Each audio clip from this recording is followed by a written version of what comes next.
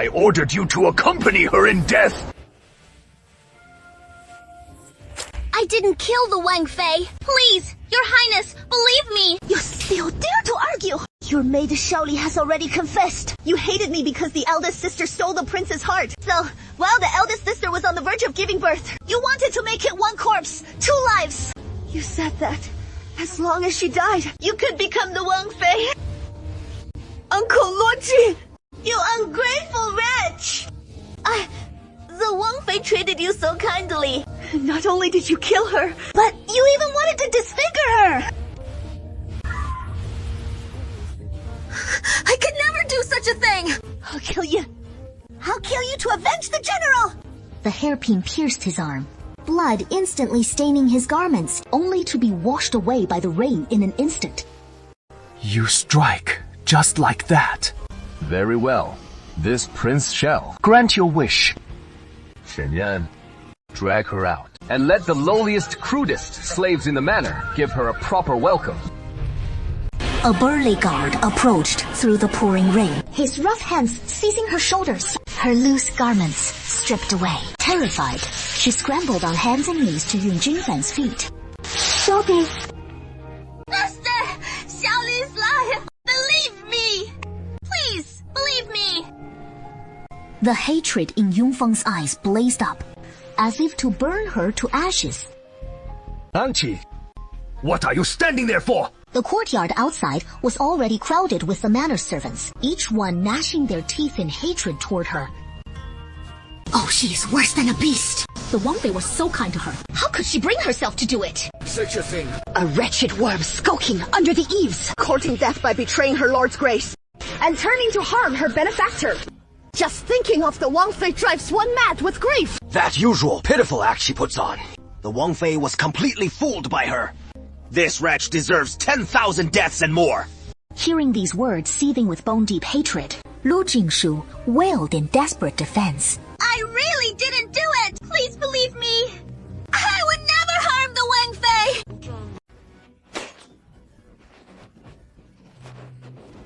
Still daring to resist! Suddenly, he mustered every ounce of strength to lift his head. He yanked out the hairpin Leng Shuangshuang had stabbed into his arm, thrusting it viciously into his own chest. I didn't kill the Wang Fei. Why wasn't it me? Lightning tore through the pitch-black sky, splitting open a blinding streak of light, followed immediately by a deafening roar of thunder, booming relentlessly across the mortal realm. He is gone. What a foul omen. But do you really think death lets you slip away?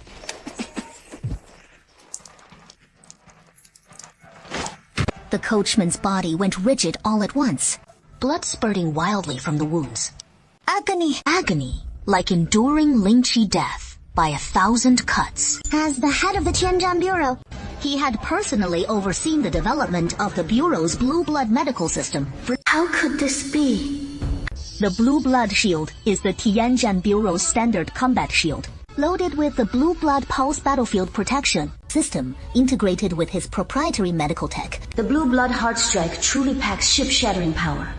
This is utterly inconceivable. But right now, he couldn't dwell on the festering injustice tormenting his heart. Whether from past lives or this one, he bore an indelible stain of unabsolvable wrong. How could evil dragon metal be so vicious? Zhang Jingyu, what grudge could justify this? Why would she want to torment my Zhang Jie like this? This has to be real! What are you just standing there for? I'm afraid the Wang Ye is powerless now. Useless scum. A horde of incompetence! If there is anything to say, tell the Wang Yi now. The Wang Fei may not last much longer. Out. All of you, get out of my sight! Brother-in-law! Brother-in-law! I must stay here to bid farewell to Zhang Jie. Auntie. Shenzhen immediately orders a maid to step forward and drag Leng Shuangshuang away. Lightning cracked. Thunder rumbled. Amid the clamor of the pouring rain, a shadow emerged on the stone steps, braving the downpour. I can save him. You venomous witch! This prince will kill you right now! Lu Shou Jingshu's fingers brushed the blue blood shield on her wrist. Yu Jingfeng suddenly felt a stab in his heart and collapsed unconscious to the ground. The torrential rain poured relentlessly, the night as black as a shroud. She activated the escape function of the wartime protection system. The blue blood shield channeling 2 streams of energy into her back, forming a pair of wings as she soared swiftly through the storm. You worthless lot! You didn't even notice such an important person slipping away. Assemble the Imperial Guards and follow this prince. We'll tear this capital apart until this prince finds the princess consort. My lord, shall we file a report? Alert the Yamen and patrol guards and have them join the manhunt. Tell them I've spotted Lord Jingshu. Capture her immediately and bring her straight to this prince. Should we lay out the full extent of her crimes to the Yamen and patrol guards? This stirred every Yamen in the capital, but the patrols dragged on until dawn the next day, with nothing to show for it. Keep searching, no matter whose estate it is. This prince wants it ransacked until she is found! What if she is fled? Or maybe she is still hiding nearby? How could she possibly carry the princess consort's remains that far? She is just a frail young woman of 16 or 17. My lord, could this be the jade pendant the princess consort always carries? Where was it found? Fa Tang Tong, the one bordering Prince Xiao's mansion. Go. Knock on the door of Prince Xiao's mansion. But the wall stands 2 zhang high over 20 feet. He can't possibly scale it. He can't climb over it. But what if someone lends a hand? Impossible. Prince Xiao's mansion wouldn't send anyone to aid him. His Highness would never allow it. He wouldn't. Ding Jingfeng let out a cold laugh, cutting off Lan Minghao mid-sentence. Do you not recall how he schemed against this king's father-in-law? Have you forgotten? Auntie, go knock on the door. Open the gate. Open the gate! Your Highness, we mustn't do this! A life hangs in the balance. This is no small matter. The Xiao Prince's mansion must surely comply and open its gates. I act on imperial decree to hunt the culprit. No residence may bar its doors against us. To refuse the search is to invite intimidation by force. The murderer's accomplices. A flurry of sharp whistles, arrows slicing swiftly through the air. I'll settle this score. Ha! The prince! Mark your words well. The Prince of Shu withdraws. Yeah. My lord, shall we head to the Wuxing residence? He has been holed up there full day and night, and tonight the Rat King stirred trouble right at our door. He must have sniffed out the hiding spot. His voice betrayed no tremor.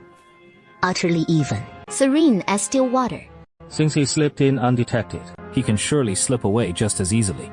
We're merely extending a courtesy to another, with no real cost to us. Now the whole court whispers she murdered the Chao Princess consort, and the scandal has grown far too vast. Your servant fears it may invite unforeseen calamity, disrupting your Highness's peace. The Xiao Prince gave a faint smile, yet it carried a chill. What motive could he possibly have for slaying the Shou Princess consort? Had he such ruthless resolve, the moment that the groom arrived with the betrothal writ, he could have raised holy hell. Why swallow the insult in silence, then strike a fatal blow after stewing for a year? That is precisely why I hold Yunfeng in such low regard. He never thinks things through. He is neither steady nor mature, lacking even a shred of wit, all raw passion and savagery. It is plain as day even a dog could grasp it. Who knows what fool's grass fills that head of his?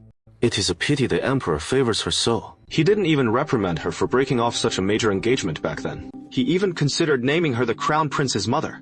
Since the imperial noble consort entered the palace, the Emperor has doted on her exclusively, leaving the Empress neglected and the 6 palaces little more than empty shells.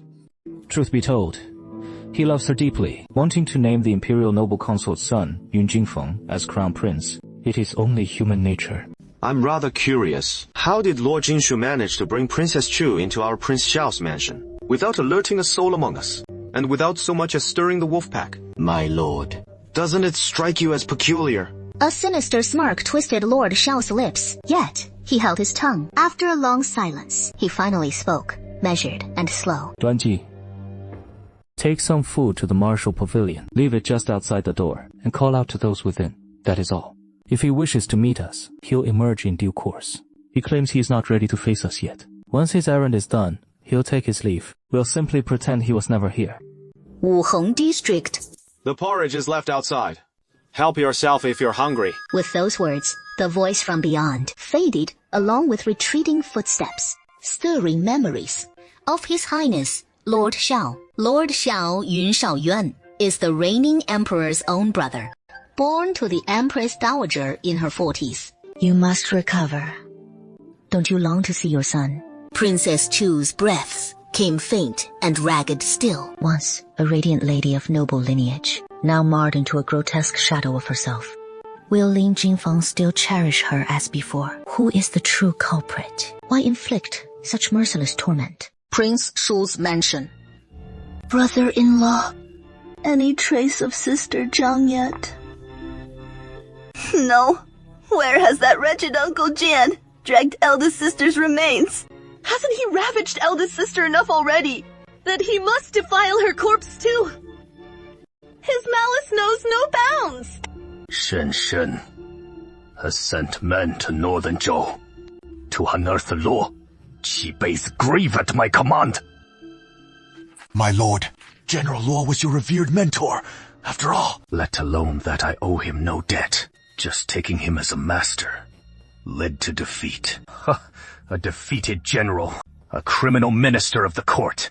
This king must sever all ties of grace and loyalty with him. He failed to instruct his daughter properly, bringing harm to the princess consort and this king's child. So, dig up his grave. Indeed, the Luo family deserves this retribution. But the Emperor never brought punishment upon the Luo family. If we truly desecrate the Luo family's ancestral graves, I'm afraid the common folk and court officials alike will curse you behind your back. If you're told to go, then go. Don't bring up anything else. Who dares to curse this king? This king will kill whoever dares. My father begs you to reconsider this. It is truly unwise. Big brother, the prince commands you to go. Why are you babbling on like this? If we don't resort to this, how will we force that venomous woman to show herself? Can you bear to see our eldest sister lost with child dishonored even in death? Her very remains desecrated and defiled. Cousin, don't speak such nonsense. Desecrating graves defies the moral outrage of the world. I heard from my father. The emperor originally intended to interrogate the Luo family, but he fell in battle on the field of glory, and his wife perished alongside him in the fray, which is why they were spared. The city lost upon his promotion to general, the greatest shame of the emperor's reign. The emperor harbors a grudge against him to the bone. Shen Shen, this king won't repeat himself a third time. If you refuse to go, plenty would kill to take your place as captain of the guard. This king has no use for a merciful hound at his side. This subordinate is no soft-hearted fool. It is simply that this would tarnish your highness's reputation and cast you as a prince of terror alone. Get out of my way, you fool. Useless wretch. If no one else steps up, someone will. The mansion gates flung wide.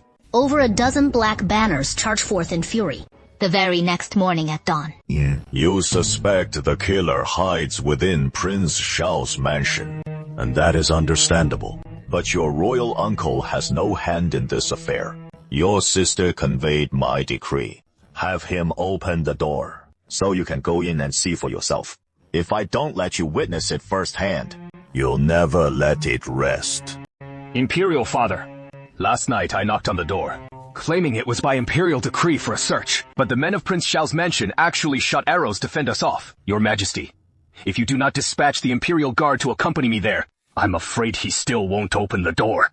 You claimed to be acting on imperial orders to search Prince Xiao's mansion, yet they refused to open the gate, and even loosed arrows to threaten us. Your son speaks nothing but the truth. My father-in-law and the veteran officers of the patrol battalion were all there, and witnessed it all firsthand. Your royal uncle has been rather reclusive since his injury, his temperament somewhat withdrawn. You needn't take it too much to heart with him. I shall dispatch men to accompany you to Prince Xiao's residence. Should the search turn up nothing, you must make amends and apologize to your royal uncle. Imperial Father, all your majesty needs to do is say the word. If the culprit is indeed harbored in Prince Xiao's mansion, how shall we deal with it? Should your royal uncle truly be so muddle-headed as to cherish his wartime bond with Lord Qibei, harboring the killer of the royal consort, and scheming to help Lord Jingshu flee the capital, escaping justice, he shall be convicted right here in the hall. With your majesty's word, that suffices. New grudges and old vendettas shall all be settled today. Yin Shaoyuan, this king will drag you down from your pedestal into the mire, and see if henceforth the court civil and military officials dare still holding esteem, an accomplice to harboring a fugitive like Prince Xiao's household.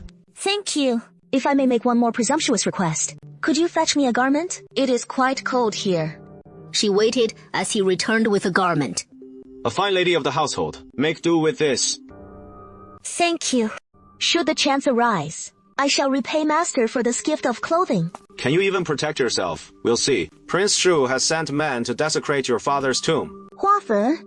Has Yun Zhenfeng lost his mind completely? How could he stoop to such an act of cursing one's lineage to extinction? He was seething with rage, though she is not the original soul. But perhaps it is because she carries the original host's memories, and those memories encompass both events and deep-seated emotions, making it impossible for her to sever that father-daughter bond. If a great general who gave his life ends up like this, it is truly a tragedy for the realm. Though I don't know why you've lost the courage to keep living. Perhaps it is the weight of being the killer that you can't face. But if this person harbors such deep resentment toward you, would they ever spare your son? I couldn't possibly take your son and flee the capital. He'd only end up right back at Yun Jingfeng's side. And who could ensure his safety then? I know you can hear me speaking. So fight for it. Pull yourself together. It was you who brought him into this world. You must protect him completely. I know you've always been sheltered so carefully, never having endured true hardship, and only now grasping the world's cruelty. But as a mother now, there is someone who needs your fierce protection. So summon your strength. Perhaps these words finally stirred the princess of Shu, Luso Jingshu, awaiting this miracle's arrival. A mother's resolve is unyielding. The princess of Shu, do not forsake the imperial decree. Proceed to receive it, Your Highness Prince Xiao. With the imperial decree now here, please bear with us a moment, Commander Liang. The prince must first perform the ritual bath and burn incense. Erect the incense altar to properly receive the decree. As expected, they've pulled this very ploy. Imperial uncle, whatever scheme you devise, how could Chenger fail to foresee it? Sobing will oversee the interrogation, while Ren deploys defenses nearby. Indeed, no matter your martial prowess, in broad daylight, smuggling the killer and the princess's body out of the palace is simply impossible.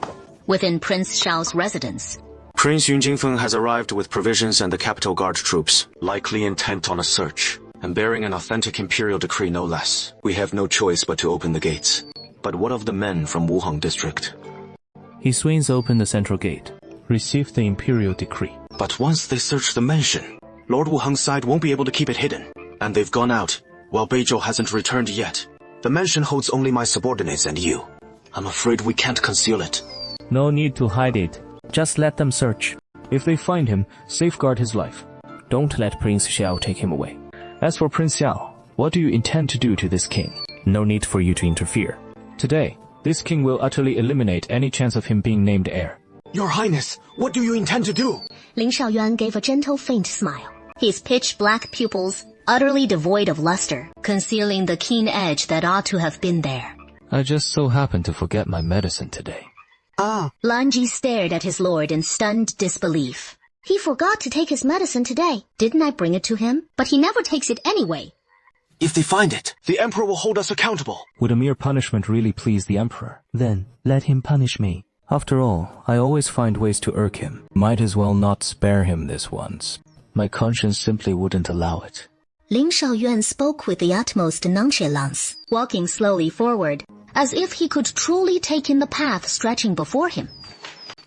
Conscience? What a load of crap. As if the Emperor's got any conscience left. Prince Xiao Lin Shaoyuan accepts the decree. Greetings.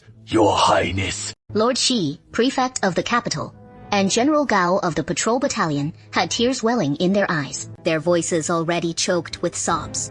How is my sister-in-law holding up? Lord Shi and General Gao, isn't it? You look well, Your Highness. No need for such formalities. Lord Shi, Lord Gao, don't forget the grave duty before you today. Commander Liang of the Imperial Guard, step forward to proclaim the Imperial Edict. By the mandate of heaven, the Emperor decrees as follows. Upon learning of the Shu Princess's murder, 1 life lost, 2 souls extinguished, I am filled with profound grief and a seething hatred for the murderer's savagery.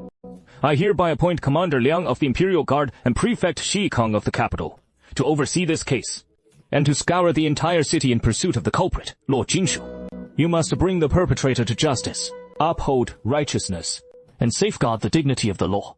Swiftly recover the remains of the Shu Princess. Bury her with all due respect, so Lian's soul may find peace in heaven. No one shall obstruct or delay the army's advance and the search by Jingzhou Prefecture. Thus decreed. Commander Liang, this imperial edict isn't meant as a jest for this prince. Your Highness, His Majesty has a verbal decree for you. Cooperate fully with the search. Should the search of Prince Xiao's mansion uncover no trace of the murderer, His Highness the Prince of Shu will kowtow before you and confess his guilt. You may beat or berate him as you see fit. Legend. Escort them into search. Your Highness, pardon the intrusion. Liang Shi stepped forward and cupped his hands in salute. Yun Shaoyuan turned, his robes billowing gracefully, revealing a visage like a banished immortal. No need for formalities. Lan Ji felt a twinge of anxiety in his heart, but he didn't let it show. Yun Jingfeng ignored Lan Ji storming through the mansion with his men, ransacking every courtyard with brute force. We've looked everywhere. Found your so-called murderer yet? Earlier, Commander Liang said something about, if you don't find the killer, you'll kneel before the prince and apologize. Isn't that right? Don't celebrate too soon. Auntie! Just a moment. The prince has been keeping watch, and no one's left the premises. Yun Jingfeng Guxing, convinced there must be something here. He flung open his robes and strode into the main hall of Wu Heng residence. The moment he entered, a thick stench of blood assaulted his senses. Commander Liang, come take a look. Is this human blood? In response to Your Highness, yes, it is indeed human blood. Someone was injured. How do you explain that? Everyone in Prince Xiao's mansion trains in martial arts. A bit of blood is nothing. Blood means someone got hurt. Where is your injury? Show us the wound. Lan Ji rolled up his sleeve, revealing scars large and small crisscrossing his wrist. Look closely. See if they're genuine. It seems the killer isn't hiding in Prince Xiao's mansion after all.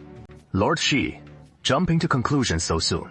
1 guard from the mansion is missing, but the other 3, not even their attendants are present. Perhaps they slipped away before we arrived to conduct the search, and spirited the killer away. Rat King, aren't you being a bit too relentless? If what you're claiming is to hold any water, we first need to confirm that Lord Jingshu was truly here at the prince's mansion. So what proof do you have right now that he even came? At least, those 3 guards have vanished without a trace. Even if they're not here, that still can't serve as proof of kicking us while we're down. Keep searching, and make sure to check if Prince Xiao's mansion has a dungeon. In a prince's mansion like this, we've been combing through it for a full hour, going over every inch repeatedly, searching it multiple times. And we've turned up absolutely nothing. Huh? I don't even want to go there myself. Aren't we searching anymore? Keep looking!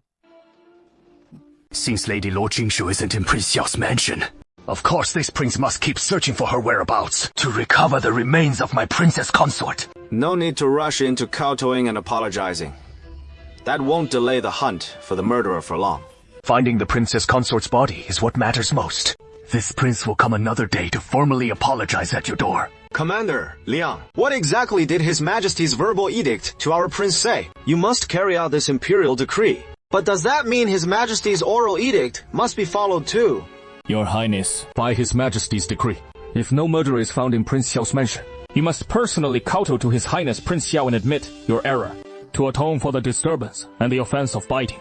This prince sees that royal uncle is quite spirited. What injury needs tending? Your Highness, whether His Highness Prince Xiao has fathered children has no bearing on your duty to kowtow and apologize. Please follow the decree, and honor your own word as well. Go inside and apologize to His Highness. Yes, we kindly ask your highness to honor your promise, and go in to apologize to His Highness. This prince's sky has already come crashing down, and yet here you are, still prattling on about apologies. I trust royal uncle wouldn't demand this prince come in to admit fault. It is the lot of you, step by step, closing in. What reason is there for this? The Rat King's conduct this time is no different from those fickle villains. Dare to act but not to own up. If you admit you're a coward, then be off with you. Quiet. Don't push your luck. Begone, coward! Blue arrow. As the words fell, his fist swung straight for Blue Chicken's head. A surge of fierce energy struck from behind, hitting his popliteal fossa. He buckled to his knees with a thud, kneeling before Prince Xiaoyun Shaoyuan. Yun Jingfeng, as long as this prince draws breath for a single day, you'll never ascend to the throne as crown prince. Hearing Yun Shaoyuan's words, this old grudge and fresh hatred finally erupted into raging flames, consuming him in a blaze of grief and fury. In a surge of rage, he drove his fist straight into Yun Shaoyuan's chest and roared. The steward, witnessing it all from the doorway, could only stand helpless, alongside the others who rushed in. They watched in horror as His Highness, Prince Xiao, spat up blood and slowly collapsed to the ground. My lord, if anything happens to him, I won't let you get away with it. Your Highness Prince Xiao, my lord acted in the heat of the moment. He meant no offense. Please forgive him. Shenye, fetch the imperial physician at once to examine him properly. We can't let him falsely accuse this prince. In no time at all, Shen Yuan arrived with the imperial physician. Quickly, examine His Highness. He just spat blood. The imperial physician hurried forward and took his pulse, and with that single pulse, his face turned pale. Examine him thoroughly. What is really wrong with him? Why would a healthy man suddenly cough up blood like this? Can Prince Xiao hold his tongue for once? The imperial physician is still treating him. Imperial physician, how is His Highness? To answer your highness. To all you lords, His Highness Prince Xiao has suffered severe damage to his lungs and heart meridians. Upon my examination, it stems from a heavy blow to the chest. His Highness already bore old wounds, and this latest strike has caused blood stasis to congeal around his heart. Look here. At His Highness's chest, clear signs of bruising remain.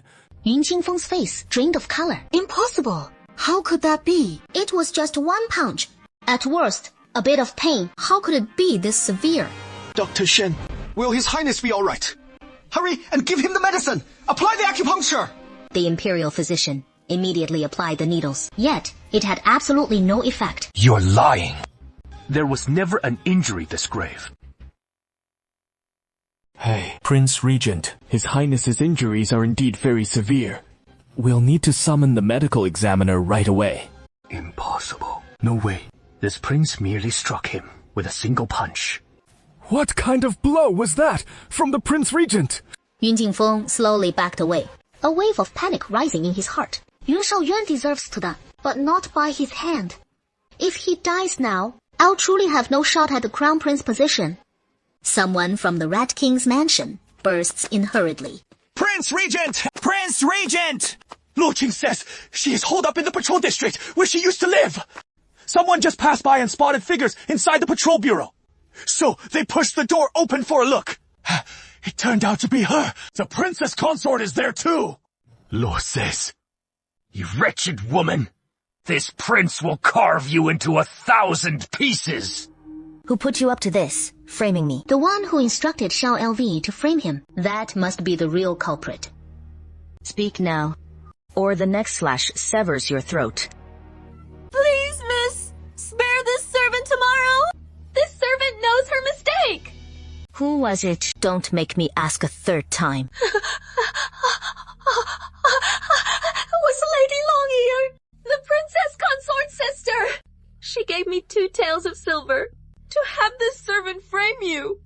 This servant only agreed out of fear. This servant knows she was wrong. This servant truly regrets That's it. Luo Jingshu sheathes the scalpel, activates the hemostatic electropulse, calibrates the energy and aims it at Xiao LV's heart, ending her life. She extracts the key, deactivating Xiao LV's body. Of course. With Xiao LV dead, no one left to testify against Lang Shuangshuang. So he turned his gaze to the surgical robot nearby. First, have the robot disguise itself as Xiaolu. Wait a few days, then switch to a different appearance. Quickly, the robot transformed into an exact replica of Xiaolu. Xiaolu, I'm so tired from all this standing. The robot Xiaolu hurried over and fetched a chair. Miss, please have a seat. I'm thirsty. But right now, we're in hiding, so going out to boil water would give us away. Lei Jinshu was very pleased. What a pity. The Princess of Shu in my memory was truly stunning. She and Lang Shuangshuang are identical twin sisters, strikingly alike. Without a close inspection, it'd be impossible to tell them apart. Lang Shuangshuang, why murder Jingji? Is it to steal her sister's husband? Killing in the prince's mansion? Fen Shuangshuang's boldness aside, she's clearly plotted this for some time. Roughly half an hour later, the light on the life monitoring device flickered once, followed by a moment's pause, before her eyes slowly fluttered open. What is your name? Xin. You'll pull through. The baby's a little frail, but overall, he is holding steady. He is right here by your side. Take a good look at him. This is your son. The Princess of Shu's tears never ceased, her mind consumed by the moment just before the attack. Who stabbed you? The Princess of Shu closed her eyes, a blaze of fury burning in their depths. You know it wasn't me, right? It wasn't you. I'll fetch someone. When you see Yunfeng, whether you're ready to name the killer or not, you must tell them, the killer isn't you. And to Yung Jingfeng, you need to say that you want me by your side, caring for you until you're fully recovered. Got it? Without me here, you'll die, all the same. Those imperial physicians can't save you. Only then did the Princess of Shu gaze at him in a daze, as if seeing a stranger. Do you understand what I'm saying? Nod, if you do. The Princess of Shu nodded slowly. After Luo Jingshu administered another dose of the strong heart stimulant, he packed away the blue blood system. It didn't take long before the chaotic and hurried footsteps echoed toward the patrol area. The door was kicked open. As Yung Jingfeng, seething with rage, burst in with his men, his gaze immediately locked onto Luo Jingshu. He stormed forward and raised his hand to strike. Smack! This is your son. My lord, the princess consort hasn't died yet. She is awake. Did Luo Jinshu harm you? This prince will avenge you right before your very eyes and carve him into 1,000 pieces. Ah! My lady! He saved me! Yun Jingfeng looked at Consort Fei. His gaze grew complicated. When he saw Consort Fei wake up, he knew something was amiss. But he had hoped Luo Jingshu was the culprit. With such a huge commotion, if Luo Jingshu isn't the murderer, this affair can't be covered up. It would cost him all his face. Lord Shi, Commander Liang, the consort is gravely injured and needs treatment. Please withdraw for now. Once the consort's condition stabilizes, we will get to the bottom of the case and apprehend the culprit. Shen Ren, escort Lord Shi and Commander Liang out. In other words, he no longer wishes the Jingzhou prefecture or the Jin army to meddle in this. My lord, the emperor has decreed the Jingzhou prefecture assist in this case. The attack on the consort is an indisputable fact. Since there was an attack, there must be a perpetrator. As a humble official, it is my duty to uncover the truth and report to His Majesty. Before the emperor, this prince will account for it himself. The consort has just given birth, and her wounds are severe and unhealed. She is not in her right mind. What she says now may not be reliable. Wait until she is recovered. Then it won't be too late to question her. Until the consort speaks the truth, this prince will not execute Luo Jingshu. Rest assured. But Lord Shi paid him no heed. Did the consort clearly see who attacked her? Was it Luo Jingshu? No, it is not. Rest now. Your injuries are severe. Rest well and don't speak. My lord, The one who hurt me wasn't Jingshu. He saved me. He saved me and our child. Thanks to him, our child was able to be born and grow up safe and sound. You were gravely wounded, out of your senses. You mistook the killer for a savior. His maid Xiaolu testified against him herself. What are you standing around for? Escort them out! My lords, please return for now. This will always be the consort's place of recovery. Outsiders aren't welcome here. The assailant was a man! It absolutely wasn't Jingshu! You're the murderer. And you've got accomplices. The man the princess mentioned is your accomplice. Through that invitation to trap and wound me, your accomplice abducted the princess, hid her away here. Also, you could slip away once it was over. You thought the princess was dead, but she had a charmed life and survived, and even safely delivered the child. And just then, when your accomplice fled upon discovery, you were left stranded here to intimidate the princess into never naming you as the killer. But the evidence is ironclad, with witnesses and proof all laid bare, Lord Jingshu. You can't escape. He isn't! What? Shuang called for me. What utter nonsense are you spouting? Shuang is your sister. Utterly impossible. Stop this ravings at once. Oh yeah. Do you believe me? It truly wasn't Jingshu who hurt me. On the contrary, he saved me and the child. Believe me! You expect me and the whole world to believe your legitimate sister plotted to murder you in the palace. That the Landing Marquis Mansion harbors a killer. Jingjing, are you set on ruining the Landing Marquis Mansion and me? My lord, do you believe it? The killer is Shuang. Do you believe it? Your wounds are too severe. You're delirious. You can say this to me in private, but never utter it outside. The Landing Marquis Mansion disciplines its children rigorously, producing sons who are all sharp and insightful, and daughters gentle and virtuous. That is a truth everyone acknowledges.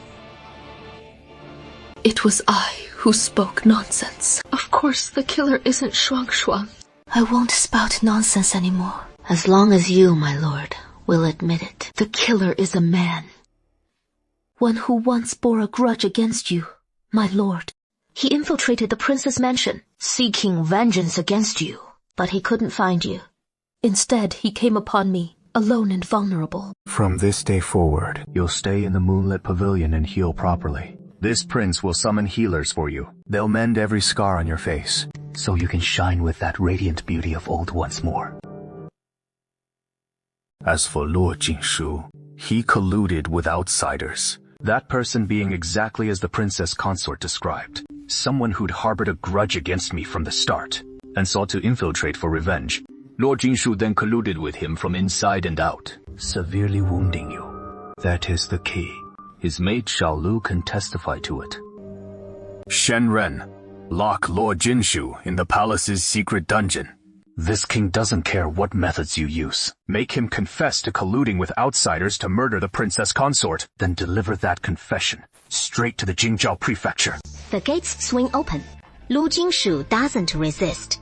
About to be dragged across the threshold. The plan must now take action. Xiaolu must go and die now. Xiaolu, standing quietly off to the side, catches the signal. In a flash, she charges toward Yun Jinfeng like a loosed arrow, and with lightning speed, lands a fist on his cheekbone. Before he can even react, she yanks his hair with one hand and drags him outside. It is the palace that has gone too far in its tyranny. The ghost vow came first. The false accusation after. They lured me with 1,000 taels of silver and threatened to desecrate the great general's grave, forcing me to bear false witness that my lady murdered the princess consort. I owe the great general a profound debt of gratitude and couldn't bear to see his tomb violated even in death. So I had no choice but to bend to their will, claiming my lady was the killer. But the true one who harmed the princess consort was no random outsider, nor some vengeful foe. It was him, King Shu Yun Jinfeng, who schemed to execute my lady with righteous pretext and to shatter her honor. For ages, the whole world believed my lady harbored a venomous heart, ensuring no one could condemn him for betraying the ghost vow he'd sworn that day. She finishes her furious cry. She seized Yun Jinfeng with one hand again, Striding swiftly toward the exit, Xiaolu dragged Yun Jingfeng straight out of the mansion, still bellowing those words, though few passersby lingered at the mansion gate. The surroundings teemed with imperial palaces and noble estates. Beat that wretched maid to death with clubs! The Shu Prince's household is utterly ruthless. They even murdered their own princess consort, framing my young lady for it. When my young lady is a master of medicine, who saved the princess consort and the child in her womb. After the princess consort awoke, she bore witness, declaring my young lady no murderer. But when he saw his vile scheme unravel, he even sent men to desecrate my master's grave, using it to coerce her, forcing my young lady to confess. I stand already condemned to die. I beg the sage emperor for justice. Investigate clearly. With those words spoken, she charged headlong into the stone lion at the Shu Prince's gate, blood gushing forth as Xiaolu slowly crumpled to the ground. This act left all onlookers aghast, never dreaming a mere maid could be so unyielding, staking her life to cry out for her mistress's vindication. A chasm of blood and injustice. The words of the maid Xiaolu before her death shall all serve as testimony. The Emperor has specially decreed that our office assist in this investigation. And we are determined to clear the name of the innocent. The killers will face the full penalty of the law. Blood pit! This is an eunuch from Prince Shu's mansion. How dare you leave? This matter falls under our jurisdiction now. Our office will report to the palace at once. Cease entering the mansion and conduct a full investigation. You wouldn't dare! Their eyes locked in a tense standoff. Neither side yielding an inch. This happened right after Lord Shi departed. Xu Qingfang, you despicable wretch! Using the pretext of hunting the killer to ransack Prince Xiao's mansion from top to bottom. And when nothing turned up, you lashed out in humiliated fury, beating our lord to the brink of death and unconsciousness. Are you the killer? This is clearly revenge. His Highness once declared in court that you're unfit to be the heir apparent. This debt, Prince Xiao's mansion will settle with you in full. With that said, Lan Ji turned and returned to the mansion. Lord Jingshu was escorted by the guards back to the detention quarters. My lady, please don't cry. Her postpartum wounds haven't healed, and she has just given birth, leaving her with chronic ailments. What are we to do? They failed in their duty to protect their mistress, so they were flogged to death. No one can be blamed for that. How could Princess Chu not be heartbroken? Most of the servants in her chambers came as her dowry from the Marquise's household. Amid the sound of slow footsteps, Sister Zhang, stop your tears. Those wretched maids who failed their lady, dead, is dead. Let it be. The sobs ceased, as if she'd forced it back down her throat. Eldest sister, I'm so relieved you're all right. Ever since you came into this world, I've been worried out of my mind. On his mission, yet he dragged that wretch Lord Jinshu back with him. Second miss, Lord Shanren has decreed that Lord Jingshu must not leave the patrol residence. It was Aunt who said it. It wasn't the prince who said it.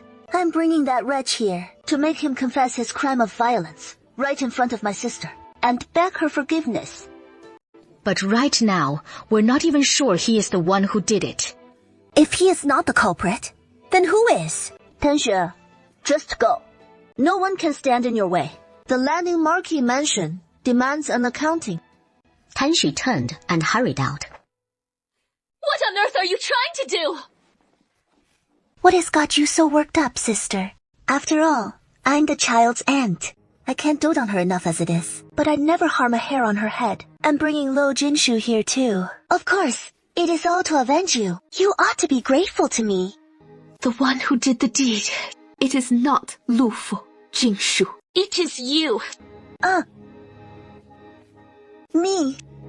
Then, why don't you tell the prince? Tell the prince. Tell father that it was I who hurt you. Say it. How could you be so vicious? I'm your own flesh and blood sister. So, what if I'm your sister? You stole my beloved and my life of wealth and glory. You deserve to die. The child let out a piercing wail and burst into tears, sobbing as if her heart would break. Oh, sister, The child cries out once, and you're already on edge. When you marry the prince, I wept for 3 straight days. Princess Chu struggled wearily out of bed. Sister! No matter how heartbroken or furious you get, you can't take it out on the child. Look at how you've pinched the poor thing. Her little face all swollen. And bleeding besides. Second miss. What is all this about? Nurse DT. Sister just lost her temper again and hurt the child by accident. It is fine. I'm holding her right now. If you want her to come out unharmed, you'll have to tell everyone that Mo Jinshu is the murderer. No. Think it over carefully. Is your son more important, or the vulgar, despicable life of Lord Jinshang? Princess Chu is reeling with dizziness, blood already pouring from her chest and abdomen. Guards!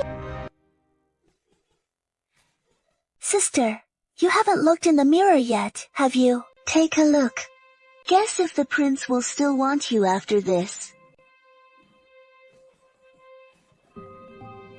A blotchy, hideous face stares back from the bronze mirror. Footsteps echo from outside. Second miss, I've brought Luo Jinshu. Leng Shuangshuang steps forward to help Princess Shu to her feet and into bed. Bring him in. Second miss. I've brought Luo Jinshu 被报, but the prince gave no orders for an interrogation. You lot, stand guard outside. This is the Hao Mansion's business. Once we're done questioning him, I'll have Tanxu escort him back. No harm will come to him. Hearing it is just a matter of giving an account. The guards bow and step out. Mo Jinshu, you sure are one tough bastard. Tanxu, make him kneel. But a sharp pain suddenly stabs his chest. Before he can even make out the sound, his vision blacks out, and he collapses to the floor. His skin's so smooth. Nice and healthy. In a fury, Lang Shuangshuang swings back with a vicious slap, aiming straight for Luo Jinshu's face. But Luo Jinshu catches her wrist in an iron grip. What a pretty face. Almost too pretty to mar. But in the next instant, her other hand cracks across his cheek with brutal force, then backhands him again and again, slapping relentlessly until she finally stops. Jinshu, you're dead meat! Luo Jinshu swings back with a vicious slap. Quit yapping and get on with it. Activate the blue blood shield. As a surge of energy pierces Lang Shuangshuang's heart, she convulses violently and collapses to the ground. Don't be afraid. Let me take care of that wound for you. I need you to get some rest. Short-acting anesthetic via intravenous push. After just a slight prick of pain, the Shu princess drifted off to sleep. But in no time, the wound was cleaned and dressed. Wouldn't to the number 7 scalpel work better? The number 7 blade is sharp and nimble, perfect for debriding the skin. It was the princess who woke up first. When Yun Jingfeng returns, tell him who the real culprit is. This time, he'll believe you. But the family and his father. That is not on you. It is this child who matters. If he lives, he'll keep coming after you and your son. But I told you, the prince doesn't believe it. And he doesn't want to. He still has to rely on the Lan Ning Marquis's household. Now he has no choice but to believe. Yi, how do you know so much about medicine? And you're so damn good at it. Wasn't I forced into this? Even a cornered dog jumps the wall. I'm sorry. It is all my fault for dragging you into this.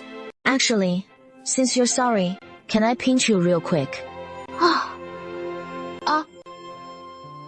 Luo Jinshu reached out and twisted his arm hard. That hurts! Kanshui, what the hell are you doing? Let go of the princess! He swung a chair at the unconscious Kanshui. As 2 guards and the nanny Du rushed in.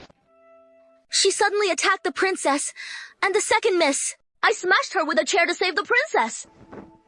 You bitch. You wanna die? He is gone. Mad he was trying to kill the princess. Don't believe me? Ask the princess. Princess, is that true? He tried to kill me. Take that hairpin and stab my child.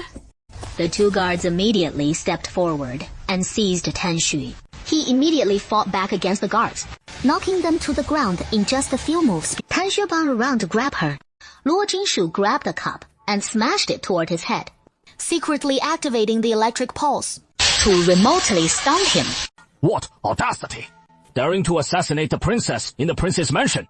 Wait until the prince returns, and we'll have your head. The true princess now understands Miss Luo's intentions. This time, isn't Lang Shuangshuang's most formidable asset her maid Tan Shui? Drag her away and lock her up. Once the prince returns, he'll decide Tan Xu's fate.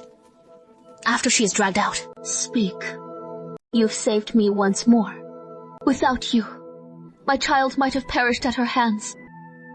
Your Highness, did you offend her somehow? Why would she suddenly try to kill you? And she even bore the second miss. She's never been a good person from the start. I can't fathom why my second sister would keep such a ruthless Jianghu thug by her side, nearly getting herself killed in the process. Why aren't you helping the second miss up right away? Wretched wench! Oh dear, the second miss isn't furious. That vile maid has already been bound and dragged away. What gall she has, daring to assault the princess, and even knocking out the second miss, just now. She even clashed with the guards, injuring several of them. Luckily, Miss Luo reacted swiftly, smashing her unconscious with the cup. That is how we all escaped danger. Otherwise, who knows what might have happened. Hearing this, Leng Shuangshuang, 因此来Luo Jinshu, must be colluding with that wretch Len Jingjing to frame Tan Xu. Fortunately, Sister Zhang is unharmed. Otherwise, my sister's crime would be grave. Sister, never employ such violent brutes again. Be it in the prince's mansion or the marquise's estate. No one can tolerate such ruthless, vicious hands. Leng Shuangshuang seethed with silent resentment and could only submit. Yes, sister, I got it. Are you Luo Jinshu? I am Luo Jinshu. This is Eunuch D. W serves at His Majesty's side. And he bears a verbal decree from the Emperor for you. Come with me to the study in the prince's mansion to speak. Ah, it is Lady Duo. There is one thing I must remind you of. Your father has suffered defeat in battle. By ancient custom, should a defeated general dare to rally troops anew, his house shall be raided and his clan exterminated.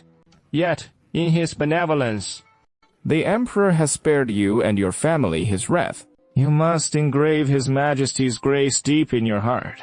If you have something to say, speak it plainly. I have no ear for your veiled barbs and insinuations. Do you even know to whom you are speaking? Shall we proceed to the study then? If so, let's go. If not, I'll take my leave. How bold you are! Do you realize you now bear the taint of murderous intent? And yet, you dare speak to me in such a manner. Have you no care for your life? Will you go? Or not? Very well, very well. I see you truly court death without a thought. As if the dying words of that wretched maidservant could ever absolve you of suspicion. Now, with troops marching into the capital, arrests sweep the city. Anyone seen lingering at the prince's mansion gates today shall be cast into prison without mercy. Who dares to breathe a word of this? As long as the princess of Shu utters one word that you're the culprit, then you are the murderer. No one will be able to save you, and you still dare to act so brazenly. You're nothing but an ignorant wretch after all. Crude and vulgar! Luo Jinshu wouldn't indulge his bluster, brushing past him as she strode away first. Uncle Luo, gee, halt right there! The Emperor has another verbal decree for you. Will you hear it or not? Sure, just asking for trouble. He has to fly into a rage before admitting. He is just a dog, and everyone wants to take a swing at him. Does he look that easy to push around? You're truly audacious, disregarding even the Emperor's verbal decree. By imperial decree, if you confess your guilt before Lord Yinxi at the Jingzhou mansion, the Emperor will, for the sake of your father, spare your life and send you back to northern Zhou, even retrieving the property seized from you. This is but one verbal decree, and another awaits you in the study. Isn't that so? Out of the Emperor's benevolence, this servant was permitted to relay it to you in private when you first arrived in the capital. Wasn't it to implore the prince to reclaim your property? Now foregoing the charge of harming the princess and fulfilling your every desire. What more could you want? Luo Jinshu said nothing, her eyes dark and inscrutable. Say something, at least. Lu Su Jinshu sneered coldly, then turned and made for the study. Old Jinshu, it seems you prefer the fate of suicide to evade your crimes. Since you refuse the Emperor's grace, then this servant shall speak plainly. The Marquise is presently conferring with the consort in her chambers, and the consort has ever been dutiful to him. Whatever the Marquise bids her say, she will say without question. Then, before Lord Shi, she will accuse you as the killer. You won't escape the death sentence. Eunuch Dayu, is it? Luo Shu suddenly halts, turns on his heel, his gaze turning icy and piercing. Don't try to threaten me here. Do you take me for a fool? Let me tell you something. What I demand is my innocence. If I cannot have it, then I'll fight Yun Jianfeng to the bitter end. Lu Shu wastes no time. On the eunuch's stammering prattle, flicks his sleeve and strides toward the study. Meanwhile, within Yao Yue Pavilion, the Marquis of Nanning's patience is fraying. No matter how we urge him to name Luo Shu as the killer, he flatly refuses. Why go to such length to shield him? His very status is an embarrassment to you as it is. Yet you treat him with such kindness. If word gets out to others, how will you keep your virtuous name untarnished? They'll only call you a fool. The whole capital already knows he is the murderer. Yet you insist the killer is merely a man. Where does that leave the prince's face? He is meant to become the crown prince one day. Won't you consider his future prospects? How can Luo Shu possibly compare to the prince? Which matters more, truly? Surely you can tell. Father and the prince have entered the palace together. The prince only confided in you that the killer is a man. Sigh. The prince has confided in me as well, that the assassin was originally targeting him. But fate led him to cross paths with you instead. Yet the prince also mentioned that Lord Jinshu's maid once testified he was colluding with traitors, though the maid later recanted and turned the accusation back on him. But that doesn't prove Lord Jinshu is innocent of trying to harm you. It wasn't him who harmed me. Quite the opposite. When my life hung by a thread, it was he who saved me and the child in my womb. I've told Lord Shi as much. That is the unvarnished truth. It is precisely because of those words of yours that Shi Kang is now vouching for Lord Jinshu's innocence before the Emperor. But oh, my foolish daughter, you've been utterly deceived. The way Lord Jinshu carried himself back at the Jing Mansion. What a far cry he is now! He has even slain the stable hand, wounded the prince, and harbors a hidden knowledge of medicine. All concealed so deeply, just biding his time for the perfect moment to exact revenge. He seeks vengeance against the prince for breaking off the betrothal, and against you for stealing away his intended, and yet you defend him. There are many things I don't know. But one thing I'm absolutely certain of, the culprit isn't her. She is the benefactor who saved me and my child. Whether she is or isn't, it makes no difference. Let me tell you the plain truth. The Emperor has decreed that the Jingzhou Prefecture assist in this case. And should it be proven that Lord Jinshu is no murderer, the prince's reputation will be utterly destroyed. Sacrificing one Lord Jinshu to salvage the prince's honor, it is more than worth it. If it troubles your conscience, once he is gone, enshrine his memorial tablet and ensure his spirit, his incense burns eternal. Father, I remember, before the recitation was complete, I once said, the person I admire most in this life is General Luo. He had 3 sons, 2 of whom fell on the battlefield, and the eldest led his troops in a desperate breakout, only to vanish, leaving just 1 young daughter behind, with no one to carry on the family line. You even instructed my eldest brother, saying that if the Luo family ever faced hardship in the future, we should lend them every possible aid. And may I ask, didn't General Luo save your life twice on the battlefield? Have you forgotten all of that? And yet, now, Nianjing is pressing me to testify that Jinshu is the murderer. But she is innocent. How could I, as your daughter, commit such an act of base ingratitude? Ingratitude? Are you using that term to accuse your own father? On the battlefield, what talk is there of life-saving favors? It is not you saving me. It is me saving you. Where is the room for such reckoning? I did admire him once, and with good reason. But the general is one thing. Luo Jingshu is another. Luo Jingshu stands accused of harming you. And you've simply been misled. The one who attacked me was Ling Shuangshuang, my own flesh and blood sister. What are you saying? What about your sister? It was she and Han Shui who perpetrated the violence together. Han Shui pinned me down, and she herself delivered the blows. Every slash across my body came from her hand. You're spouting nonsense!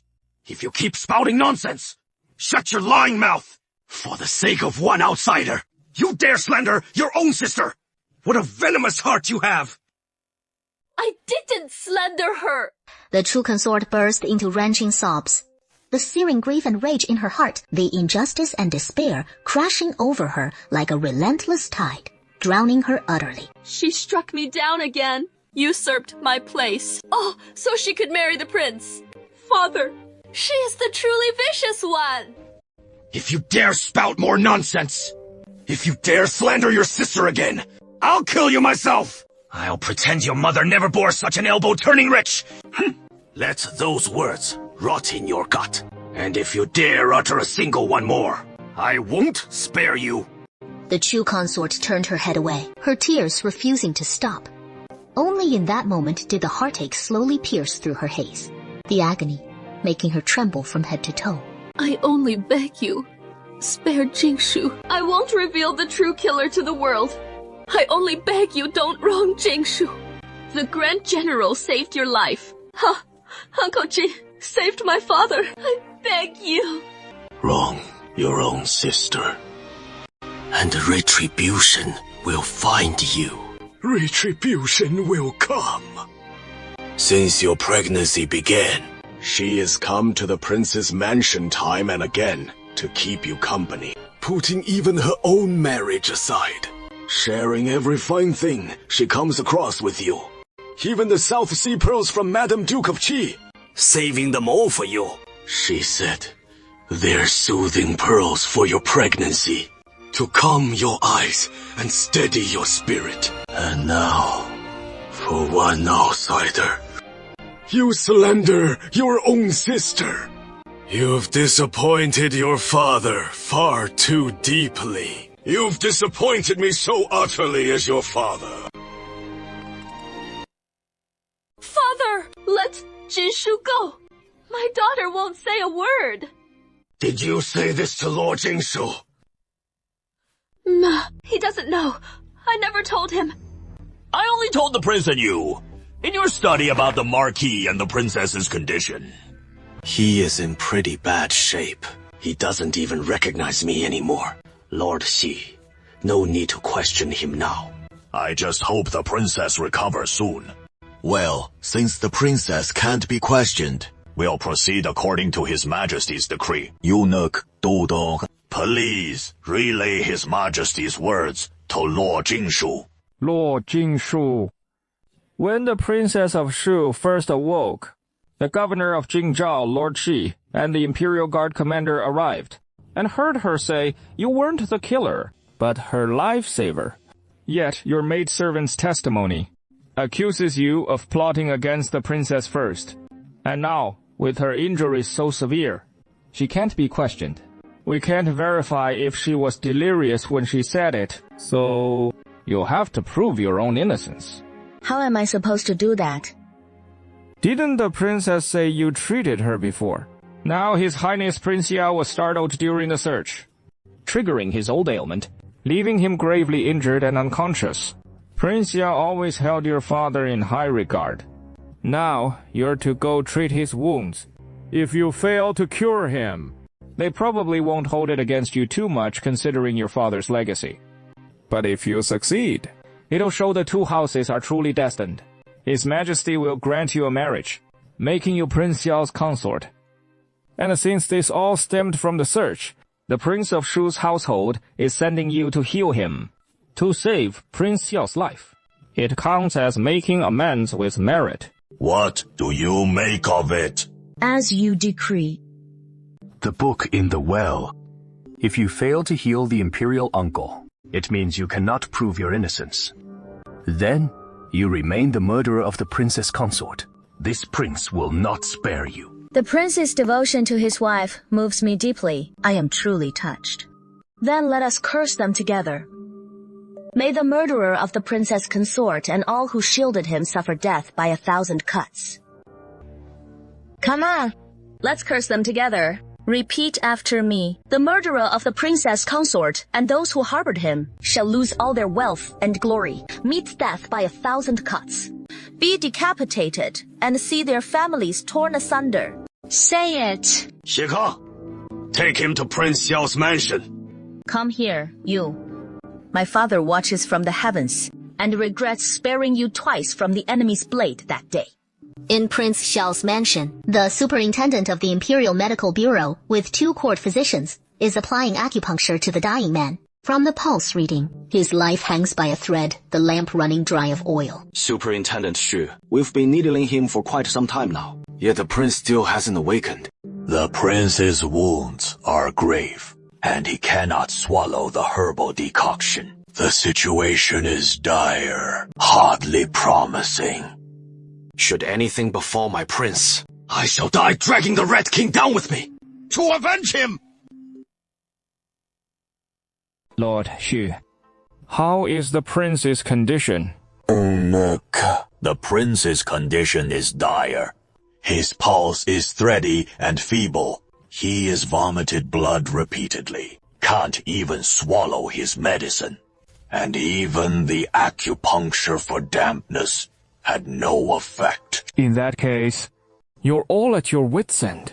Our skills are humble indeed. We're truly powerless here. Eunuch D.O. is telling Lanji about his status, praising her exquisite medical prowess, how she saved the Princess of Shu, and relaying the full imperial decree. Yun Jingfeng's scheming is crystal clear. If she succeeds, the Shu Palace claims the glory. If she fails, it is that woman's incompetence. Such cunning calculations. Why not just become a fortune teller? Captain Nan, this isn't the Prince of Shu's doing. It is the Emperor's command. Nonsense! The Emperor is wise and impartial. How could he utter such biased words? Go back and tell Yun Jingfeng. If she cures him, it is Miss Luo's merit, and has nothing to do with Yun Jingfeng. He still owes for the prince's suffering. And if she fails, tell Yun Jingfeng to prepare the coffin first. How dare you? Who do you think you are? To spout such insolence. Not that you could harm the prince's life, but even insulting him is a grave offense. Shao Wang, this is outright indulgence. You're all lawless now. This matter, our house will surely report to the Emperor, and let His Majesty punish you accordingly. Go ahead, and report it to the Emperor. But let me tell you something. If the Emperor decrees punishment for my crimes, I'll make damn sure you take a little trip outside the palace, and I'll send someone to give you a proper thrashing. You're a big shot inside these walls, but let's see how tough you talk once you're out. You're threatening me right here? You got it! I'm threatening you! Lord Shi, you saw that, didn't you? I'm carrying out the Emperor's orders. And he doesn't give the Emperor a second thought.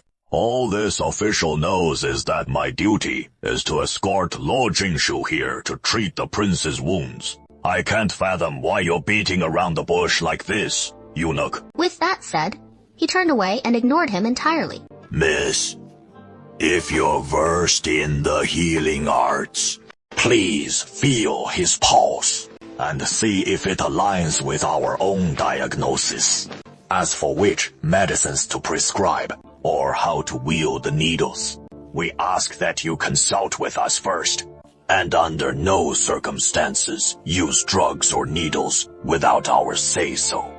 I've come here by imperial decree.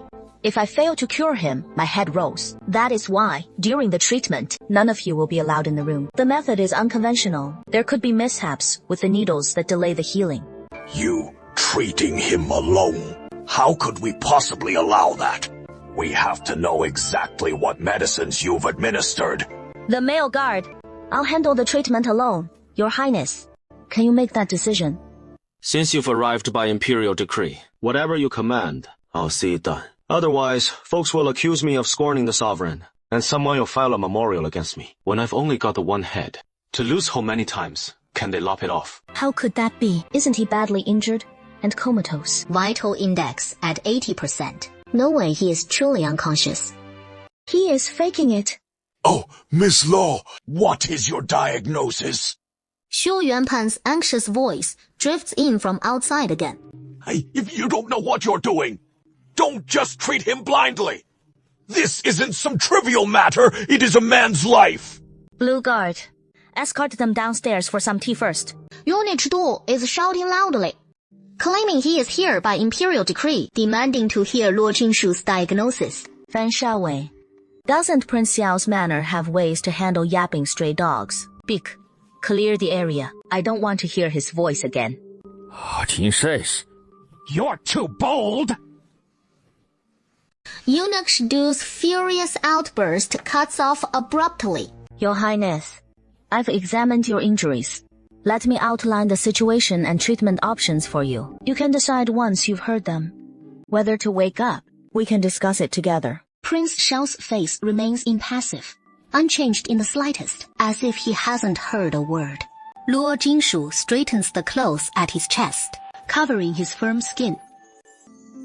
Your head took a blow, with a hematoma pressing on the optic nerve, causing blurred vision or even blindness. We'll need to open your skull and remove the clot, so your sight can be restored. The lumbar vertebrae injury isn't severe. A quick fix will do. But your legs, that is spinal cord compression, so we'll need to insert a stent. For me, it is just a minor procedure. You can trust me on this. That is about the gist of it. The other issues aren't major or severe. No need to fret over them. With gentle care over time, you'll recover just fine. Yeah.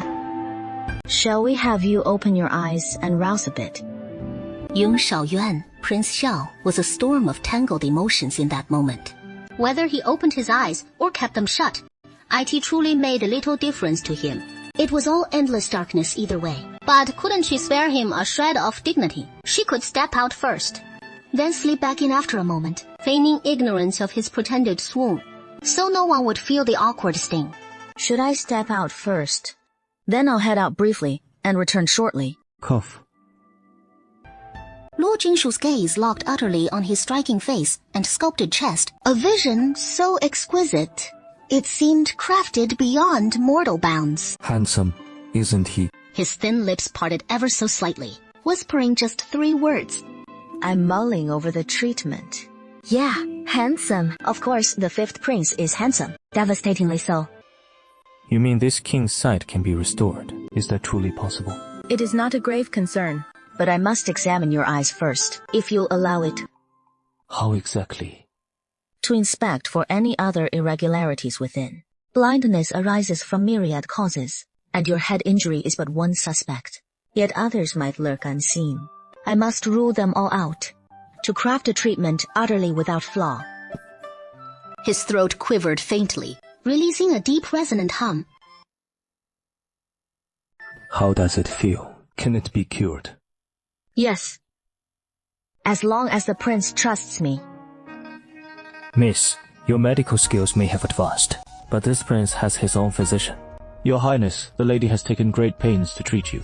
It is just that this prince needs you to play along in a little act, publicly announcing that this prince is accepting your treatment. Rest assured, it won't bring you any harm. All right. Thank you. But I can't reveal the reason just yet. Understood. Let me help you back to lie down. Her hand extended halfway into the air before she remembered. Though he was blind, he had walked over and sat down on his own just moments ago. Clearly, his senses were extraordinarily sharp. No assistance needed. No need. This prince can manage on his own. Yeah. Okay. He suddenly added another word. Miss Lo, if you find yourself without a place in the future, you can always seek refuge in Prince Xiao's manor. Lu Jingshu still wanted to heal his eyes, so she agreed readily. Oh, huh? He nodded slightly, then closed his eyes once more. What on earth did you do to the prince? Why is his pulse even weaker than before? I didn't do anything. I just inserted a needle to dredge his meridians. What acupoint did you insert the needle into? What meridians did you dredge? My lord, his chi and blood are already in disarray. And with this dredging of yours, won't it only worsen the disorder of his chi and blood? If you don't understand, don't meddle recklessly. Miss Newell, you must stay vigilant, for this concerns your very life. The treatment will take about a month, and neither acupuncture nor herbs will bring immediate results. But why isn't it taking effect right away? If you keep rushing like this, His Highness's condition will only worsen. And doesn't this count as an immediate effect? This! It is only temporary, but it will get better. In that case, Miss Law, please devote yourself to treating His Highness.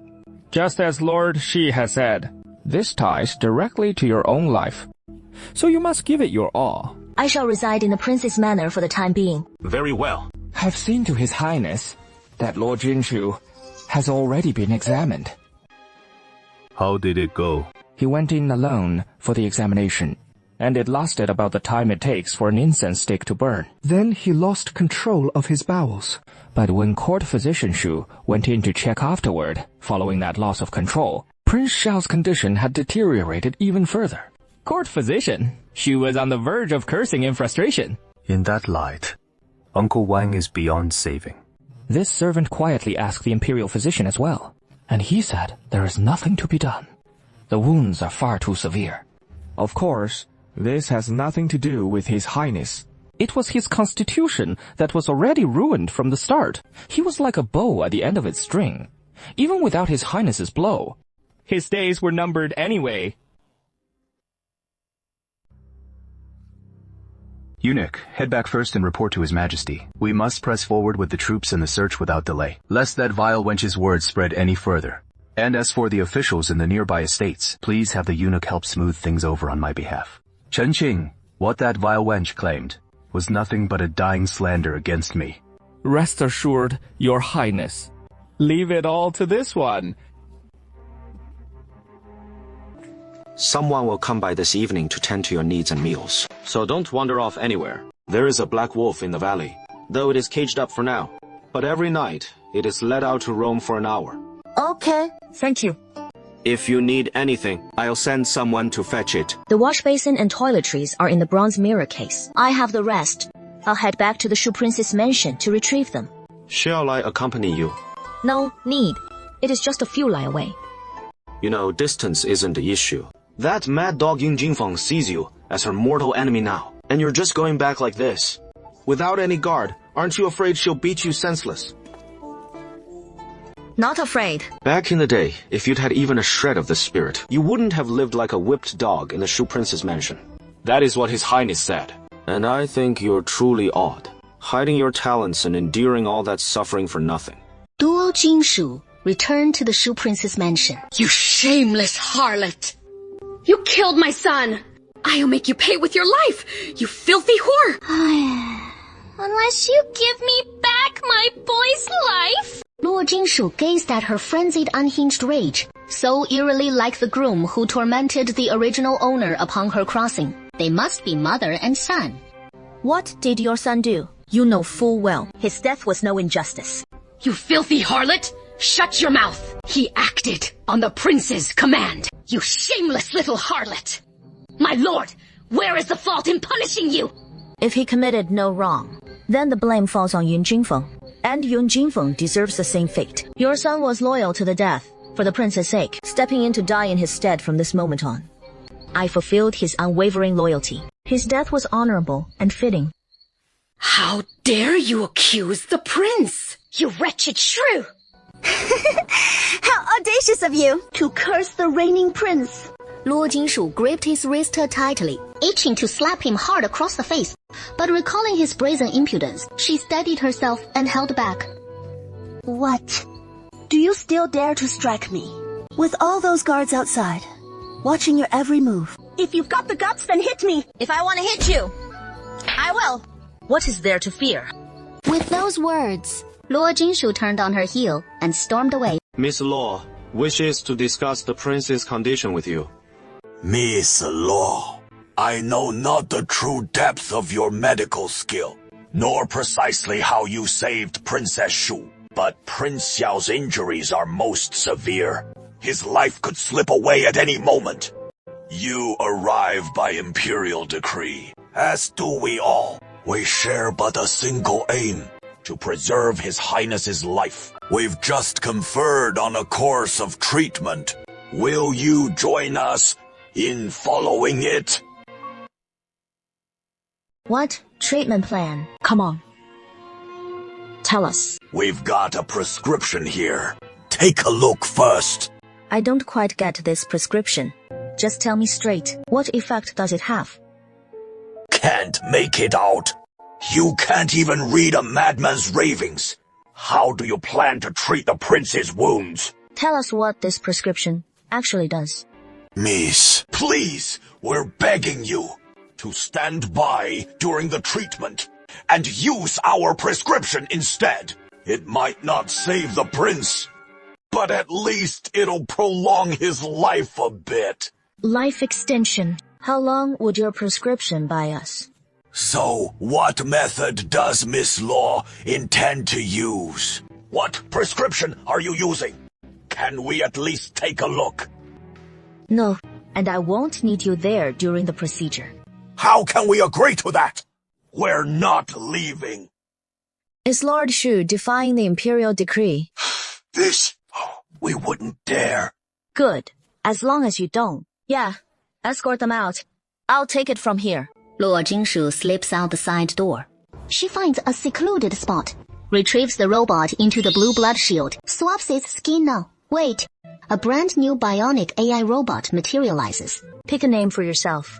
Names flicker across the robot's eyes. Then it stops. Guo Kui. Ku Guo. What kind of nice name is that? One of the most notorious names circulating in the court of beauties. You're Xingyi. Now, the cherished bloom of the Xingyi flower, not Guo. Got it? What a blunder! Xingyi. Crispy fruit! Power cut. The robot switches sides with the wind at once. I'm Lord Qi! Yeah. That is more like it. A robot shouldn't have too much taste or mind of its own. Bringing Xingyi back to the House of Leisure through the side gate. Who is he? My maid from Northern Zhou came to find me. She'll be attending me from now on. Luo Jingshu steps inside, fetches the garment, and comes back out. Thanks for the clothes you gave me that night. These are your highness's old robes. I've worn them as undergarments and haven't washed them yet. I'll clean them up and return them to you. They're just old clothes you didn't want anymore. No need to wash. Even then, they need to be washed clean before tossing. One must practice good hygiene. When did you arrive from Northern Zhou? I'm a maid from General Law's residence. How old are you? Before you sold yourself into servitude, where is your hometown? At what age did you sell yourself? Are you hungry? Would you like some dim sum? Can you make dim sum? Just because your snacks are so delicious. That is why they like you so much. I started making red date cakes and had Nanjun deliver them to His Highness. His Highness devoured every last one and even said he wanted to try more kinds of pastries. They were thrilled, like they'd struck gold, insisting I whip up a few more varieties. You know, US medical folks deal with huge work stress. So occasionally whipping up some fancy treats in the kitchen really helps unwind. How about you teach me? It'd help me de-stress. Sure. In a couple of days. Lenjing said they've got something really important to handle tomorrow. Lenji told you that. So, did he say what this big important thing is? Of course, he did, but I'm not spilling it to anyone. Xingyi, we're newcomers here, and as a robot, you shouldn't trust people so easily. You're jealous. Jealous? What does that have to do with anything? How'd jealousy even enter the picture? You think the people at Prince Xiao's mansion like me, but not you. Back in the day, nobody liked you either. Luo Zongxi, you're way too fierce. Keep acting like that, and you'll never make any friends. You say that like we haven't been partners for all these years. This is the first time you've seen me give a damn about relationships like this. Enough. Time to recharge the system. What brings you here so late? I just wanted to give you a heads up. Be on guard for intruders, attempting an assassination. Luo Jingshu hadn't even finished speaking when a sharp whoosh cut through the air. Got it. Lock the door and don't come out. Lu Jingshu. Your Highness, you knew there would be an assassination attempt tonight, right? Of course. You were imperial decreed to protect this king. At night, you should be standing guard by this king's bedside. What about you? That suits their intentions. What? I'm quite the scheming old hound. Imperial physician, Kek. It is true. Administer the needles to his chest. The effect will only hold for the time. It takes one incense stick to burn. Strike fast and end it swiftly. That is enough. Lu Jingshu only felt a fierce gust of wind sweep past and saw him shoot out like a bolt of lightning in an instant. There were many assassins, highly skilled in martial arts, and their strikes utterly ruthless. Guard Huangfu held back from striking. Only Lanji and Yun Shaoyuan holding the line against them. In such pitch-black chaos, Yun Shaoyuan was perfectly at home. He emerged, each fierce strike lethal. Assassins' corpses piled high and fell. Incredibly, no one in the prince's mansion was harmed. In less than half an incense stick's time, the assassins were nearly all annihilated. Mama Fan, why did you run out here? Didn't we warn the household staff beforehand not to come out? Stand back. Stand back! Don't worry about me. Prioritize capturing the assassin. A long sword thrust through from behind Mama Fan. Then, a kick sent her flying aside, hurtling toward Nanji. He spun around and fled. As a long sword arsed through the air from the assassin's hand, striking dead center at his back. Go back inside. Don't come out again until dawn. He is in critical condition. We need to act fast. At a time like this, you're stirring up trouble. Guards, take him back. Save his life at all costs. It is too late. He is gone. Impossible. Look where the heavy sword struck. It missed the heart. It is hemorrhagic shock from massive blood loss. We need an emergency transfusion right now. Start the rescue now. Any delay, and he'll be beyond saving. Before he could speak, the guards moved to seize him. Let's go. I'll go back on my own. As he turned, the whistle of arrows filled the air. Another barrage of arrows rained down. The Empress prepared every contingency. He won't rest until Yun Shaoyuan is dead. Once in the shadows, he activated his invisible wings and took flight, scooping up Fan Mama from the veranda. He sped toward Woheng residence. Lu Jingshu finished the surgery. Russ, your legs hurt. Even though it is invisible, it is still physical. A sword graze is no big deal. But it is not nothing. That blade took a chunk of flesh with it. Sit down. Let me dress that wound. The system's offline, so no self-repair. No. I'll check outside first. See if anyone's badly hurt. If so, we need to bring them in for treatment. I'll go. I'm faster and stronger, and the swords can't touch me. You handle your wound. Can you tell friend from foe? Leaping wildly. He sat down to tend to his wound, wanting to bandage it first, only to see Xin Yi rushing in, cradling a wounded man in one arm. How is Gaoling's condition? Gaoling, Liang Du, along with Fan Mama, all three have vanished. How could they just disappear? Could there be a fish that slipped through the net? Impossible. Your Highness. Gaoling is the commander of the patrol camp. Fan Mama was the personal attendant originally granted to you by the Supreme Emperor to oversee your service. And Liang Du's wounds should still be treatable. Now, all three of them have gone missing together. I'm afraid. It won't be. Taking those two away will surely stir up some nefarious plot. But what about Fan Mama? There is no reason to take Fan Mama. It is utterly superfluous. Moreover, in this battle, we prepared in advance, setting up defenses inside and out. Kong Lang and Qing Chao were keeping watch from the high ground on the perimeter. So if any Jianmei assassins were left behind, they would have raised the alarm long ago. Even if they hadn't signaled, they couldn't have escaped their grasp. Yet Gaoling, Liang Du, and Fan Mama have all disappeared. All three in critical condition, incapable of hiding on their own. Yun Shaoyuan's fingers twitched slightly as he narrowed his phoenix eyes. What about Luo Jingshu? I had him return to his quarters and stay hidden with such a massive operation underway, lest he get caught in the crossfire. Lan Qi suddenly recalled when Fan Mama was injured, saying that she would come to treat the wounds. Could she have taken Fan Mama away? Unlikely, though the chaos was intense at the time. If she had forced her way in, we surely would have noticed. Moreover, even if she could spirit away Fan Mama, she couldn't have taken Liang Du and Lord Gao as well.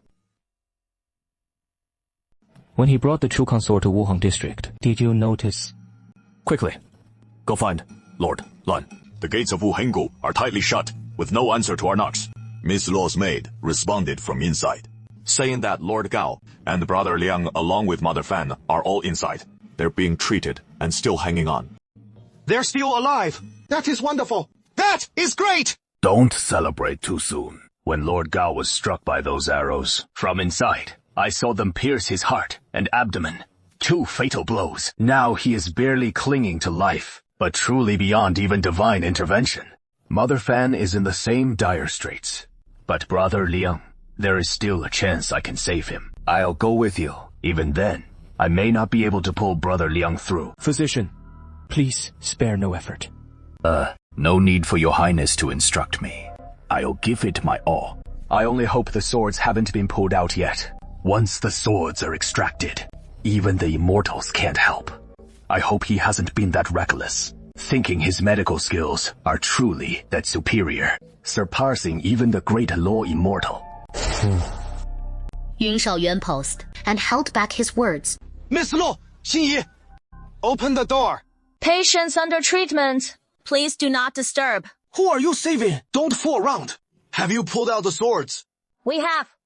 Break down the door. If not treated immediately after extraction, they'll die on the spot. Lord Gao's internal energy is profound, perhaps protecting his heart's meridians, allowing him to hold on until now. But if they meddle recklessly, then Lord Gao will be beyond saving. Even his profound internal arts won't withstand the turmoil. The guards stepped forward to kick the door, but Shenmen had bolted it from inside. They kicked it several times in succession, yet it wouldn't budge an inch. Breaking through the window. Concubine Lan, don't make trouble. Have His Highness. Come, break the window. Guyan must not come near. Sister Tuo said, do you even know what you're doing? If you open the door right now, everything can still be forgiven. No one inside responded. How about it? What kind of poison is it? I don't know what kind of toxin it is, but it shouldn't be too serious. You don't even know what the poison is. It is just the poisonous fumes. Your Highness. A soothing voice came from behind. No, the door won't open. After breaking the window, poisonous smoke billowed out. Seal it off quick, all 3 of you. That Lord Jinshu is recklessly bold. Yun Shaoyuan raised a hand to silence her, cutting off Lanji mid-sentence. Dr. Q, if you go in to treat them, can you guarantee success? This old man is powerless now. Even Dr. Q says he is helpless. So isn't Lord Jinshu just making a fool of himself? After all this fuss, they'll only suffer more before they die. Your Highness, it is your call. Rush in and seize him, or send him back to the Shu Prince's mansion. Miss Duo, how are they faring? Can you save them? Lord Gao's condition is the worst, but Nanny Bai and the other wounded should pull through without mortal risk. I need 3 days. During these 3 days, Your Highness, please keep everyone away. Yun Shaoyuan 似曾是意思, though he couldn't say why he trusted her word. Very well. This prince will have meals sent to you. A moment passed before a faint. Thank you came from inside. Impossible. Nanny Fan's wounds are grave. She has lost too much blood. She can't possibly be out of danger. Lord Jinshu, have you already drawn the swords from their wounds? The needles are out. Please, don't disturb us. Lord Gao's condition is dire. I'm beginning to feel the exhaustion myself. I truly lack the strength to address your doubts. In 3 days, at least 2 will pull through. Impossible. Dr. Zhu waves his hand dismissively, steps forward and pounds on the door. He bellows. If you can save them, why bar entry to anyone?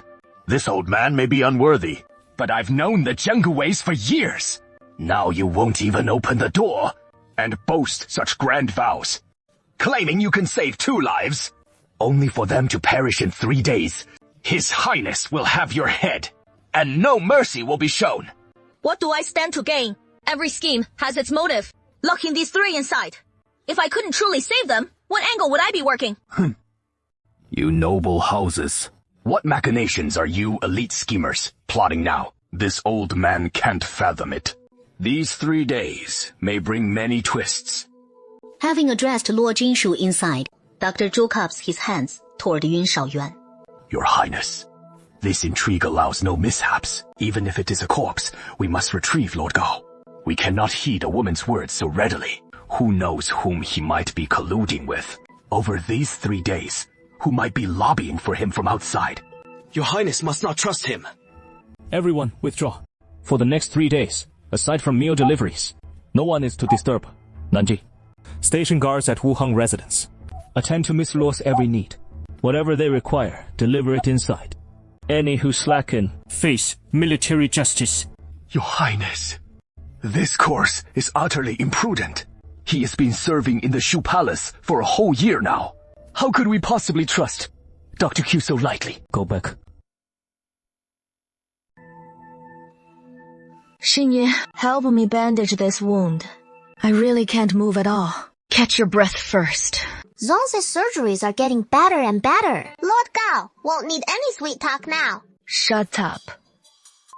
The wound's pretty deep, so let's get you that tetanus shot. Since who knows if that arrowhead was rusty.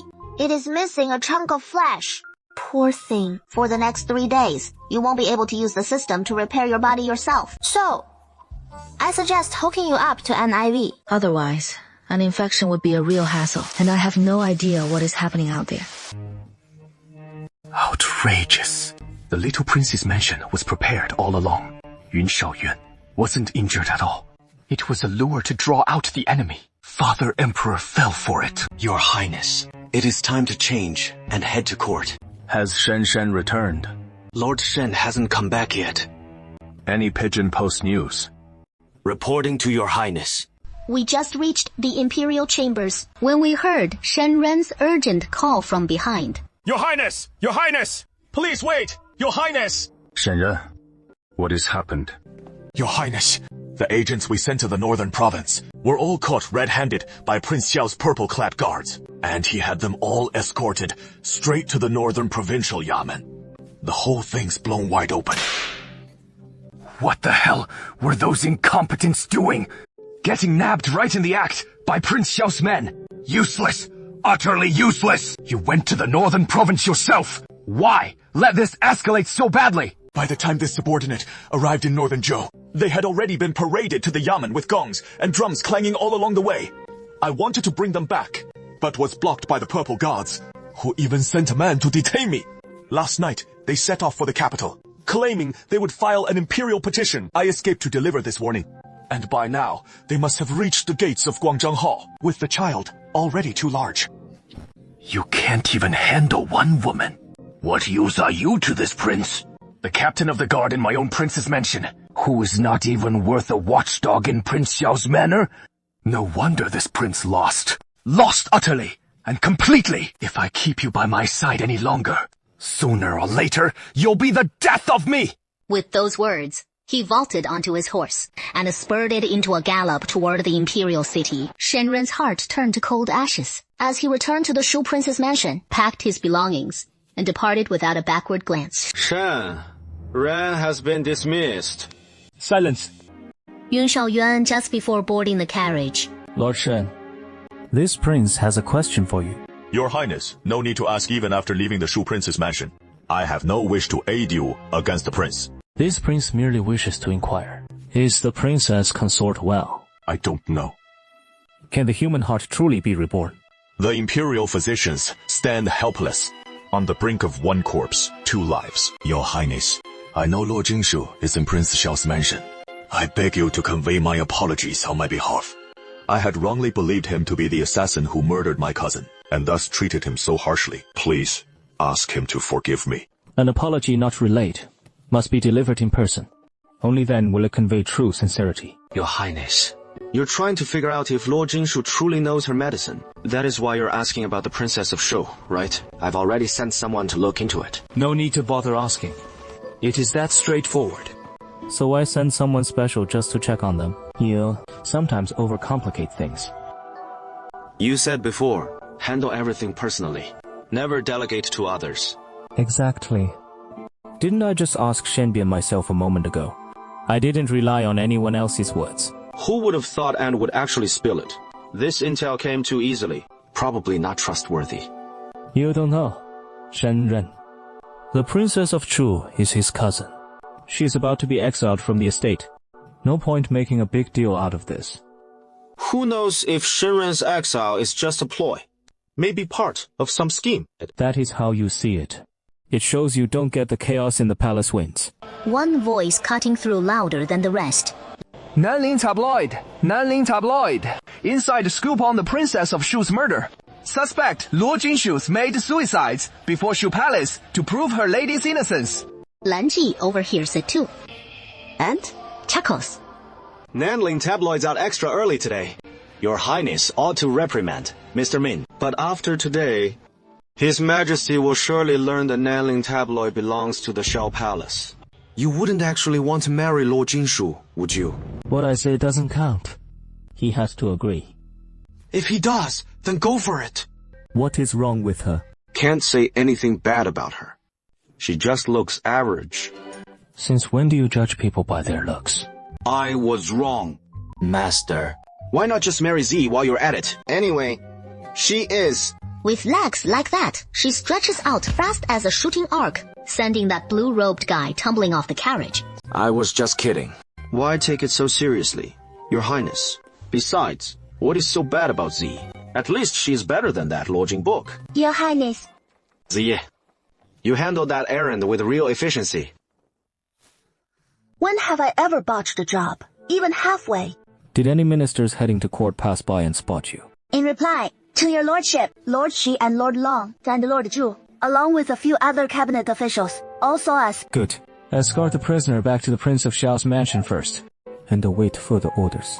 Escort him back. Aren't we filing a complaint right in the palace hall? This prince isn't attending court. Not going to court. So if not for court, what are we doing out here at dawn? The schemes brewing in Master's mind these days are getting harder and harder to read.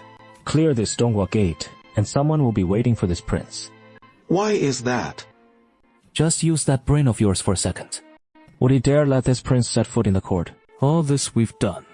It is all just to force him to sit down and negotiate with us. Oh, so that is the plan. Your Highness, you said before you'd take down Yun Jinfeng first. I figured this whole elaborate scheme was aimed just at him. He doesn't deserve it.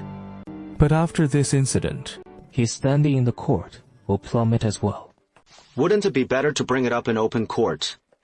Then you're forcing His Majesty to shield Yun Jinfeng right there in the court. Even if the entire court already knows of his favoritism toward Yun Jinfeng, doing it so brazenly like this, how could that not chill the hearts of all? Once word of the carriage incident spreads, Huang Kuang will face nothing but suspicion. What of our royal ambitions then? This empire, do we still want it? You speak true. Such risks indeed exist. So, in these negotiations, what is it you desire? Yun Shaoyuan hesitated in his steps, his gaze dark and brooding. What does he want? What he wants is simple enough. Peace to you, Your Highness. The Imperial Guards atop Longden Terrace spotted your carriage entering the Imperial Street today, and knew you were fit to attend court at last. Your wounds surely healed, so they hastened to inform His Majesty. His Majesty was overjoyed, and specially commanded this old servant to escort you to Mingdao Hall for the morning meal. It is our trap. Mingdao Hall. Yun Shaoyuan, are you some malevolent spirit reborn? Refusing to stay dead. Father, Emperor, once we've lured him into the hall, have the Imperial Guards strike him down. Ambush and assassinate him. Are you trying to drive him to rebellion? At this point, what choice is there? If he blows this out of proportion, this son will never set foot in the Eastern Palace. That is your own doing. What good does desecrating his grave to vent your anger do? Didn't you ever think of the consequences? The Northern Campaign's defeat cost us several prefectures of yen. But that doesn't mean he deserves punishment. He still deserves an honorable burial, untainted by guilt. Do you think I don't know what is in your heart? His defeat cost us territory. And because you once called him master, it shames you in the eyes of others. So you thought this would let you vent your rage. If you had to vent your anger, you should have chosen the right moment. My son, with your impetuous and reckless nature, how could you ever be fit to rule from the Eastern Palace? Father, surely you have ways to deal with Yun Shaoyuan. Does this realm belong to you or to Yun Shaoyuan? Even after grandfather handed the throne to you, Why do you still hold him in such high regard? He is just a senile old fool. He is lingered on his seat for so long, refusing to draw his last breath. It seems I've truly spoiled you, Rotten. Spoiling you until you've lost all sense of filial piety and benevolence. He is your imperial grandfather. When he is ill, your duty is to pray day and night to the heavens for his swift recovery and peace. If you'd done even one day of that, you wouldn't be reviled to this day. Seeing his father truly enraged, Yun Jingfeng hurriedly dropped to his knees to beg forgiveness. He pleaded aloud for his father's mercy. Listen to your father. Once you return this time, summon eminent monks to the residence to pray for your imperial grandfather's blessings. You must cultivate your mind and character, bide your time in obscurity, and take every righteous step to gradually restore your reputation. As for whatever demands your royal uncle makes, simply comply without question. Admit your faults when it is time to confess them. Kowtow when you must bow in repentance. For all such acts of contrition, do them with great fanfare, drawing the eyes of all. In time, as days pass, the world will come to forget this day's folly, and look upon you anew with respect. What then, if you cannot bear it? Does that mean he should publicly expose your grave robbing and assault on your royal uncle in open court? If it is aired in court, the court historians will surely record it. The censors will inevitably impeach you. And who thereafter would support you as heir apparent? Father Emperor, you are the sovereign. Matters of the nation's foundation rest solely in your hands. Should any dare to defy it, sever a few heads. And who would then presume to object? Do you think that as emperor, everyone will heed my every word just because I hold the throne? If it were truly so, every emperor through the ages would command the winds at will, and summon rain on demand. Even the Grand Secretariat, with its stringent officials, the 3 departments and 6 ministries, can check my authority, let alone your imperial grandfather. Though Emperor Jingchang held his tongue, a fierce glint still flashed in his eyes. Speak truthfully now. Does Lord Jinshu truly possess profound medical knowledge? Was it he who saved your consort? The consort claims it was, yet this son suspects he knows nothing of medicine. I've heard no such tales before. One glance in the manner, and he cowers like a beaten dog, head bowed and obsequious to all he meets. A matter of such gravity, and you failed to investigate it thoroughly. Utterly inept at achievement, yet masterful at calamity. Father, Emperor, can we still have Lord Jinshu take the fall now? We can't possibly summon Shuang herself, can we? The Marquis's household staunchly backs this son. He did heal your royal uncle, and I once issued a decree to bestow marriage upon them. But if he truly masters the healing arts, she can never become Princess Xiao. Father, why bother with that wretch right now? Your Majesty. A eunuch hurries in from outside the hall to report. Diu Gongong has arrived with His Highness Prince Xiao, and will be here shortly. Feng Er, go into the bedchamber, and don't come out. You mustn't make a sound. Yes. This humble subject pays his respects to your Majesty. No need for such formalities. Fate. It has been ages since you joined me for breakfast. Thank you, your Majesty. Yuan Yuan takes a seat. And look your favorite phoenix rose. I know how much you love them, so I had them prepared first thing. From the time you were little, whenever you took a fancy to something, have I ever denied you? Indeed. If your young brother craves a bite, your Majesty has always found a way to indulge him. It is only food, after all. How are you feeling now? I've already scolded that ungrateful son of mine, and ordered him to make amends to you without delay. As his royal uncle, you are his elder by right, so discipline him as you see fit. A beating or a tongue lashing. No need to hold back on his account. He does deserve a proper lesson. Not just as his elder, but as a prince renowned for his military exploits. Under the pretext of hunting the culprit, he beat my brother to vent his rage. Utterly outrageous. You're right. He truly deserves a stern lesson. The Imperial Father is gravely ill these days. If he in his frailty should learn of it, he'd be consumed with rage, I'm afraid. If this should worsen the Imperial Father's condition, then beating him to death would be no overstatement. The deeds he has committed, even this one alone, would enrage the Imperial Father. If the Imperial Father learns of it this time, he'd merely say, "What is the point of keeping such a rebellious grandson?" He'd never let it anger him and harm his health again. Lan Ji listened quietly from the side, a mocking smirk playing at his lips. This back and forth, once more swayed by lingering affections, both as an elder and as the Supreme Emperor, and still bent on shielding the wayward calf. After a scandal of this magnitude, they're still loath to let him face even a moment's rebuke. If Yun Jinfeng should one day meet his end, it'll be from the Emperor's indulgence that spoiled him to death. In this matter, he is not without merit, yet he is also gravely at fault. You, as his royal uncle, what say you? How best to deal with him? Qing hasn't arrived yet this morning. Go and see to it! Moments later, he returned with the imperial kitchen staff, bearing breakfast, though no phoenix rolls were among the fare. These fried buns are tasty, to be sure, but they pale beside those made by Aunt Nian at the Imperial Father's side. As I take a bite, it has been half a year since I last laid eyes on the Imperial Father. You're sorely wounded. The Imperial Father lies gravely ill, so near at hand, yet forbidden to us both. Even I ache with the sorrow of it. Thank goodness.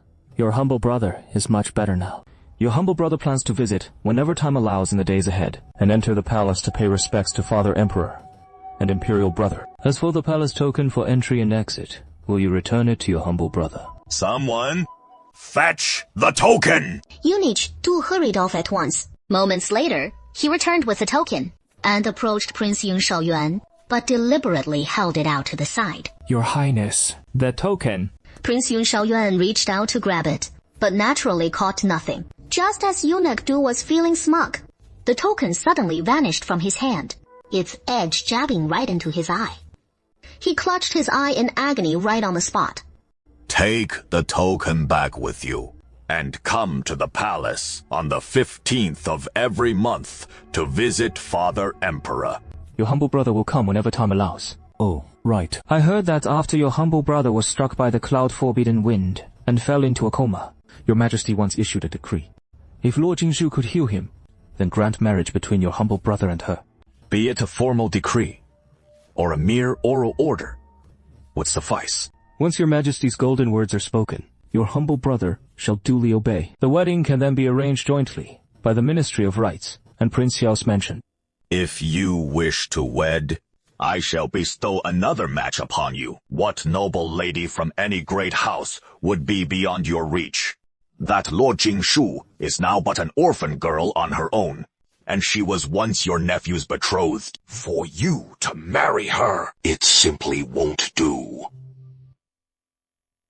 So, your majesty's intent is to have Yun Jinfeng repudiate his wife and marry her instead.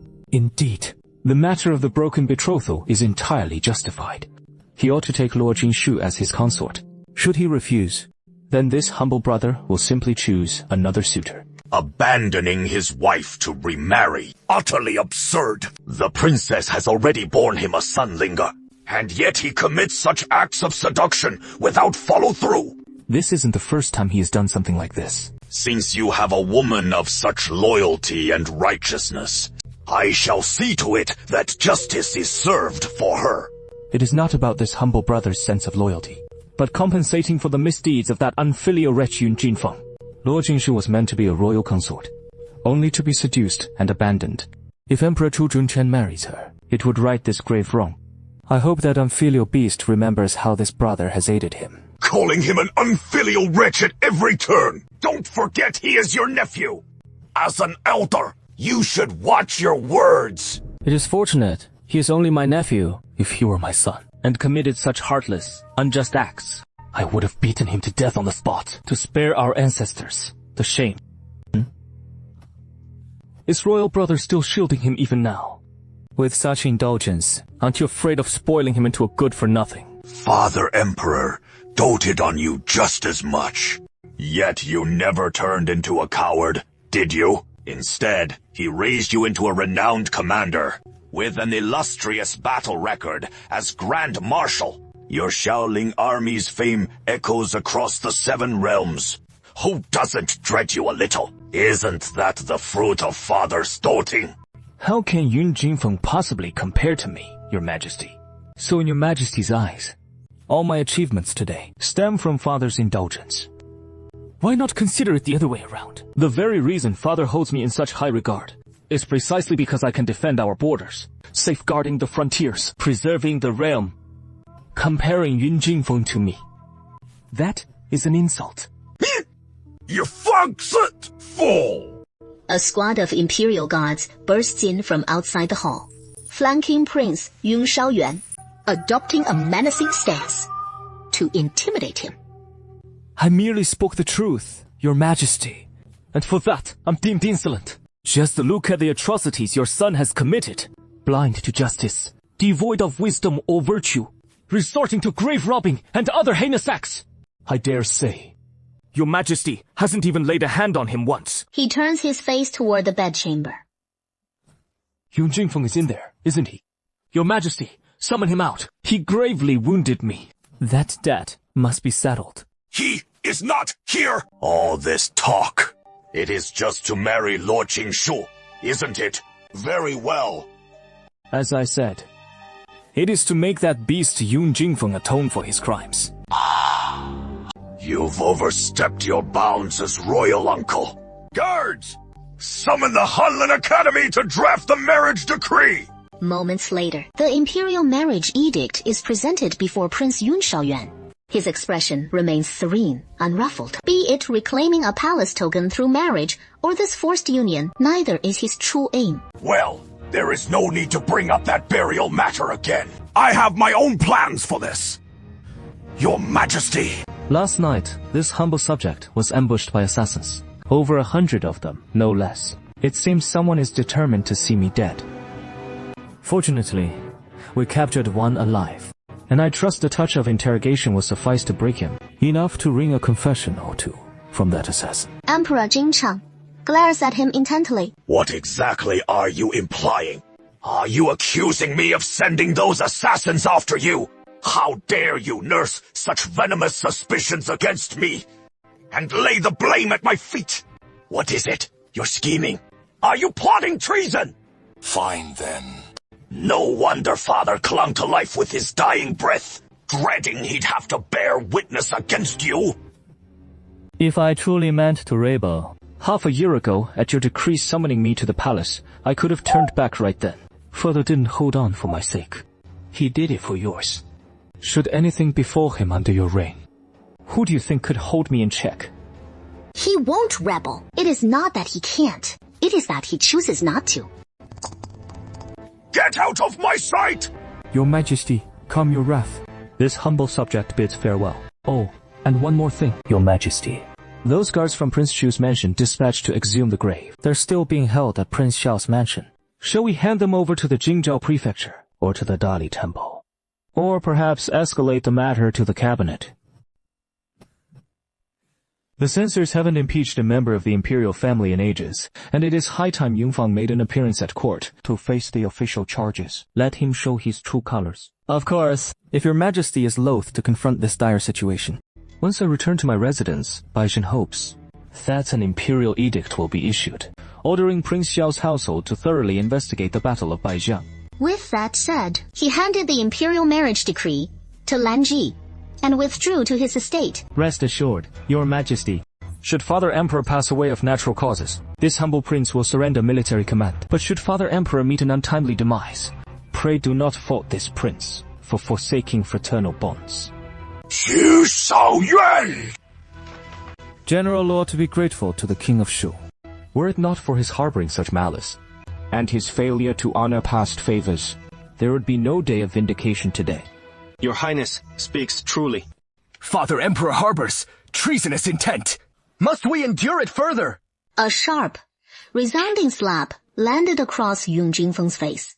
Father Emperor, this son has erred. Yet, compared to Yun Xiaoyun's treacherous designs, this son's fault pales in comparison. Your wrath should be directed at him. You despise him so fiercely. Why? When he spewed such insolence just now, did you not step forward to shoulder all the blame? Had you come forward to bear it, even if impeached, even if stripped of your princely title, even if beaten by us, it would not have led to this crisis. Now that he has departed, what use is unleashing our fury upon you? Were we able to sway him now? Why endure such humiliation? This has truly filled us with disappointment. The son didn't come out, thinking that Father Emperor could handle him, and that it was Father Emperor who forbade the son from coming out. Emperor Jing Cheng's eyes brimmed with disappointment. When I forbade you from coming out, it was to protect you. You who are so cowardly and timid. I know that well. I wouldn't have blamed you for it, but you wait until he is gone before storming out with this furious outburst. Are you accusing me? Who is to blame for all of this? Yun Xiaoyuan has waited years for an opportunity like this, and you handed it to him on a silver platter.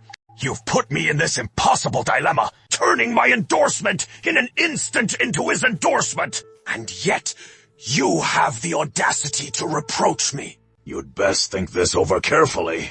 How will you explain this to your mother consort and to your uncle? Get out of my sight! Your Majesty, it is time for the morning assembly. Tell them that upon hearing of the assassins besieging Prince Xiao's mansion, I was overcome with worry and suffered a sudden dizzy spell. Thus, today's assembly is cancelled, and the imperial study is off limits. No need to summon the imperial physician. Father, Emperor, please, at least say a few words on my behalf at court. Otherwise, once I leave these palace gates, I'll be hounded with questions. Prince Xiao's mansion. Miss Luo, I wonder how they're doing. Elder Gao's condition is still critical, but Mama Bai and Brother Liang are showing slight improvement. They'll pull through, won't they? Yeah, I hope so. Seeing him asleep, how could I not cover him with the quilt?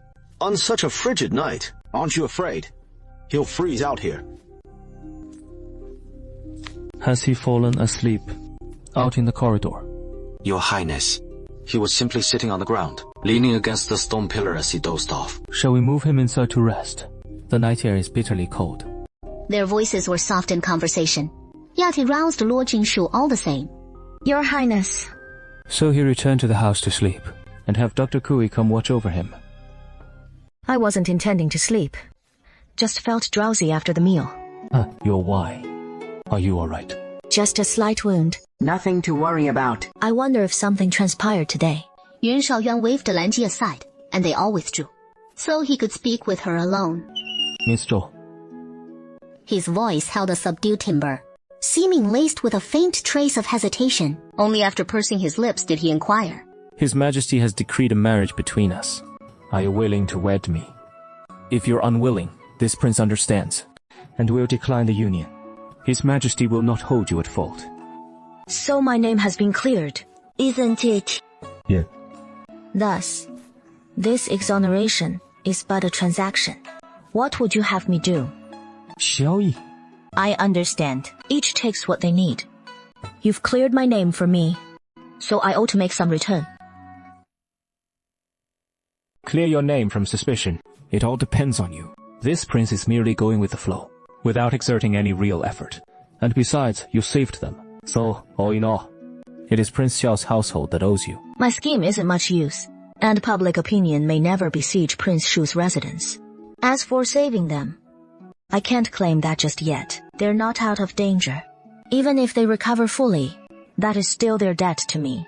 But with this token embedded, just returning the pillowcase settles it all. A flicker of surprise crossed Yun Shaoyuan's handsome, arched brows. Miss Zhou, this is a life-saving debt. If you use it wisely. I'm not one to exploit such things, Your Highness. Shall we drop this topic? Let's talk about the marriage deal. Yun Shaoyuan seemed caught off guard by her words. If the lady is truly kind-hearted, then marrying into this prince's household need not touch her heart. Luo Jingshu shook her head, unsure how to make him understand. His life was already so grim and shadowed, but she hoped her calling could remain pure. Yun Shaoyuan, ever perceptive, sensed her unspoken turmoil, so he came straight to the point. The lady sighed. This prince won't mince words.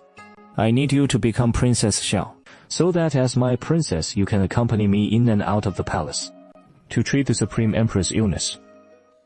Your Highness has such faith in my skills. They're all still lying there, unconscious. They haven't woken up yet, but they haven't passed away either. This king can hear their faint breaths, with such grave injuries. Could the young lady have saved their lives up to this very moment? Even Imperial Physician Zhu couldn't manage it. Young lady, you can rest easy. Even if you can't heal the Supreme Emperor, this king will hold no blame against you. Huh? I agree to this sham marriage with you, to make things easier for us both. But should a day come when I must leave, I ask that your Highness not stand in my way. In the meantime, if your Highness should find a lady you truly favor, do not yield your place to her on my account. But when that time arrives, please see to it that I'm properly settled. Okay. It is a deal. Let us end this discussion here. As for those inside, I'll leave them in your capable hands. Young lady, farewell. Lan Ji departs, only to return shortly after. Young lady, His Highness intends to clear your father's name. Clear his name? You likely haven't heard yet that your father's defeat had its reasons. I'll tell you more in time. But for now, the decree for the investigation hasn't come down. Please, convey my deepest thanks to His Highness. And also, His Highness mentioned your injury, and sent me specifically with this trauma salve, prepared by Physician Quef. You may have something superior of your own, but this is a token of His Highness's concern all the same. Mo Jingshu accepts it with a word of thanks, noticing that Lan Qi lingers. Is there more? His Highness also said once their conditions stabilize a bit, he'll have the household staff come pay their respects to you. But there is one thing I must say, purely out of my own selfishness. I hope you won't take offense, miss. Go on. Now that the imperial decree for the marriage has been issued, and you've consented to wed His Highness, among our 4 great guards, there is one by the name of Ziyi. She is a woman, and the guard team she commands is made up entirely of women. She was originally in charge of the estate's patrols and internal affairs, but since I'm still recovering from my injury, for this trip to Northern Zhou, she'll be leading the team in my stead. Yeah. She may seem quite fierce at first glance, and a bit stubborn, but she has got a good heart. Once you become Princess Xiao, I hope you allow her to stay on in the estate, and remain by His Highness's side. Is she His Highness's beloved? It is not that there's never been such talk. We were just teasing back then, saying that once the Duke of Wei's daughter enters the household, His Highness ought to take her as a secondary consort. But it was all in jest during our roughhousing. As for staffing and arrangements in the estate, you needn't consult me on those. But she is a woman. Surely you don't mind. And she is no ordinary servant or maid. Plus, with Mama Yu overseeing the household affairs, she'll naturally have more occasions to cross paths with His Highness. Sister Lan, there is no need to bring these matters to me. You must know about my marriage to His Highness. It is nothing more than a transaction. Just a simple deal. The comings and goings of the estate staff, His Highness can handle that, as he sees fit. I won't interfere. As long as you promise not to make things hard for her, I'll rest easy. I won't go out of my way to trouble anyone. But if anyone tries to provoke me, I won't show mercy either. He is straightforward by nature. He just looks a bit fierce. But he truly means no harm. Anyway, just cut him some slack from now on. It is still the same old story. If he is not coming at me, I couldn't care less. But if he does, I won't put up with it. I won't take any grief from anyone. I won't take any grief from anyone. Hasn't he put up with enough in Prince Shu's mansion for over a year already? So now that he is in Prince Xiao's mansion, he can't take it anymore. I'll still go have a word with Zi. Tell him to rein in that temper of his, lest you piss him off and get kicked out of field work. That'd be a mess. After all, His Highness seems to value him quite a bit, and His Highness actually listens to what he says. Z, you've heard his advice. What restraint are we talking about? I haven't done anything to offend him. Don't you remember that business with Miss Wei Guogong? Telling you to watch your step was spot on. This is so damn frustrating. I won't go out of my way to mess with him. I just hope he doesn't nitpick me. Otherwise, even if I'm in the Li mansion, I'll have to give him a good thrashing first. You wouldn't dare. He is the future Princess Xiao. Then, what am I supposed to do? Just let him walk all over me. I didn't say anything about bullying you. I just meant for you to dial back that temper a notch. It is your call. This is so damn frustrating. Couldn't His Highness just marry a man instead? What did that girl just pull? All these dinner dishes are made by me personally. Miss Luo, give it a taste to see if it is to your liking. If it is not to your taste, I'll whip up something different tomorrow. Thanks. Lu Jingshu stepped forward to fetch the food box when their heads knocked right into each other. Luo Jingshu, nursing her leg injury, took a bump from his head, Lost her footing and tumbled straight to the ground. Zi's eyes went wide. Oh my, she hasn't even crossed the threshold yet, and you're already pulling stunts like this. Just look at him. I didn't mean to bump into her. I was just reaching for the food box. Right. Master Z, help Miss Luo up first. But Lu Jingshu had already pulled herself up. Lu Jingshu opened the food box and was hit by the mouth-watering aroma of the meal. Thanks. Nightfall descends. Z, your orders. Can you dig up some intel on Prince Shu's mansion? I want the lowdown on the Princess of Shu. But it is tricky for you to task your underlings directly. Oh, no, that is not it. Z shook his head furiously, his face flushing hot with embarrassment. It is no trouble at all. You've got me to handle it. After all, put me to work. I'll head out right away and bring back some juicy tidbits for your amusement. Are you able to enter the Shu Palace? Can you see her? If you can see her, check on her condition and report back to me. And if possible, speak with her. Best of all, ask her where she is feeling unwell. Then, I might have some medicine for you to deliver to her. Yes. Your subordinate can enter the Shu Palace. He clasped his hands in salute, then leaped away in a flash. After about the time it takes to brew a cup of tea, Z returned swiftly. Yeah.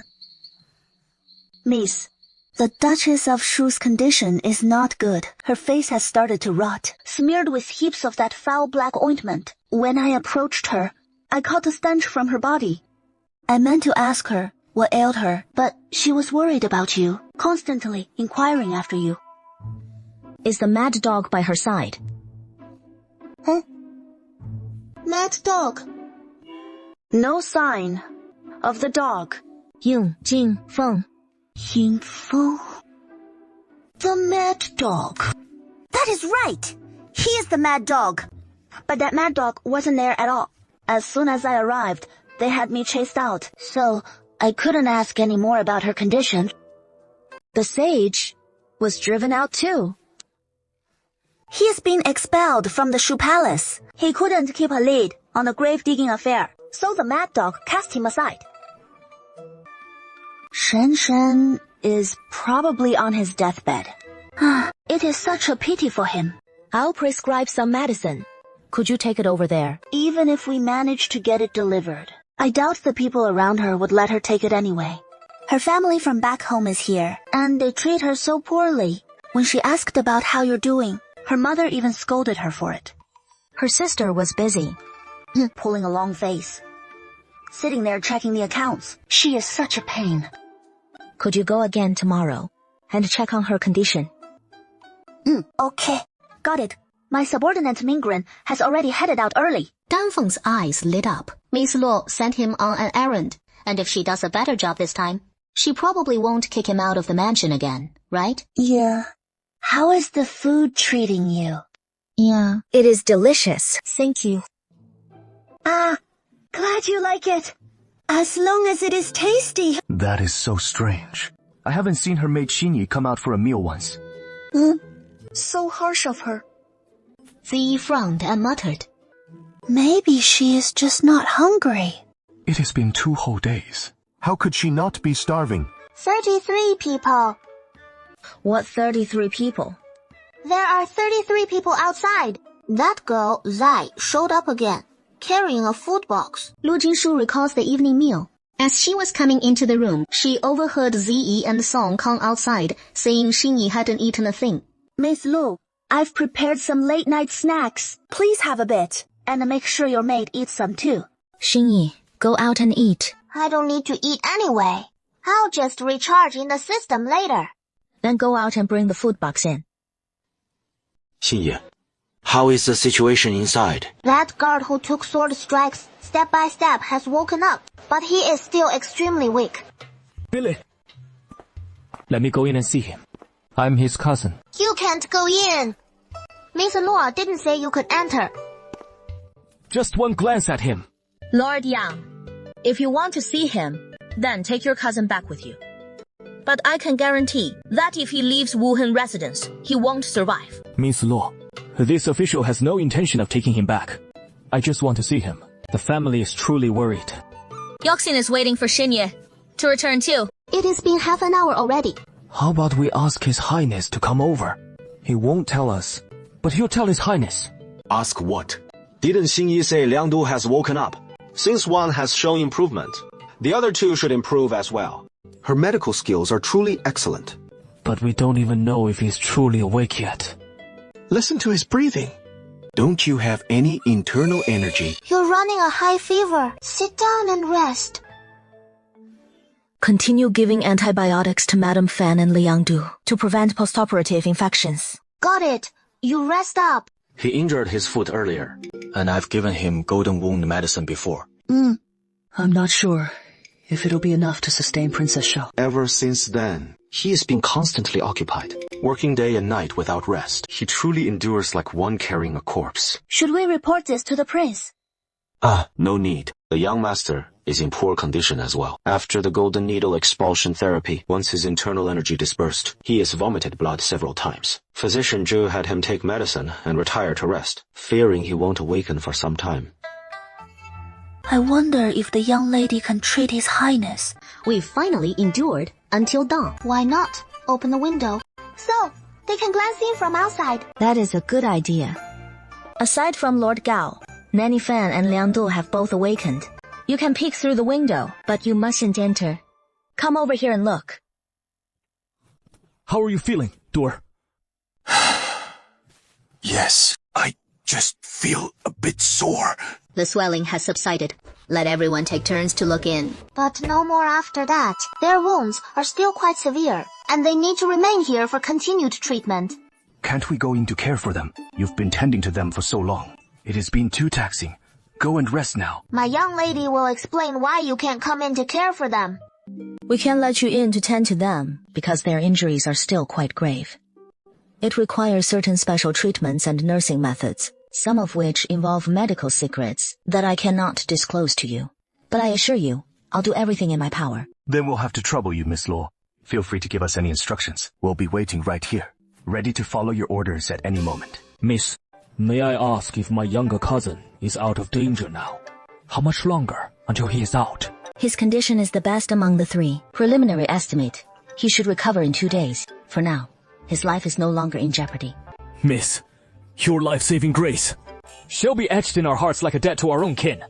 Should you ever need anything in the future, just send word, and we'll be at your service. No need to speak of great favors.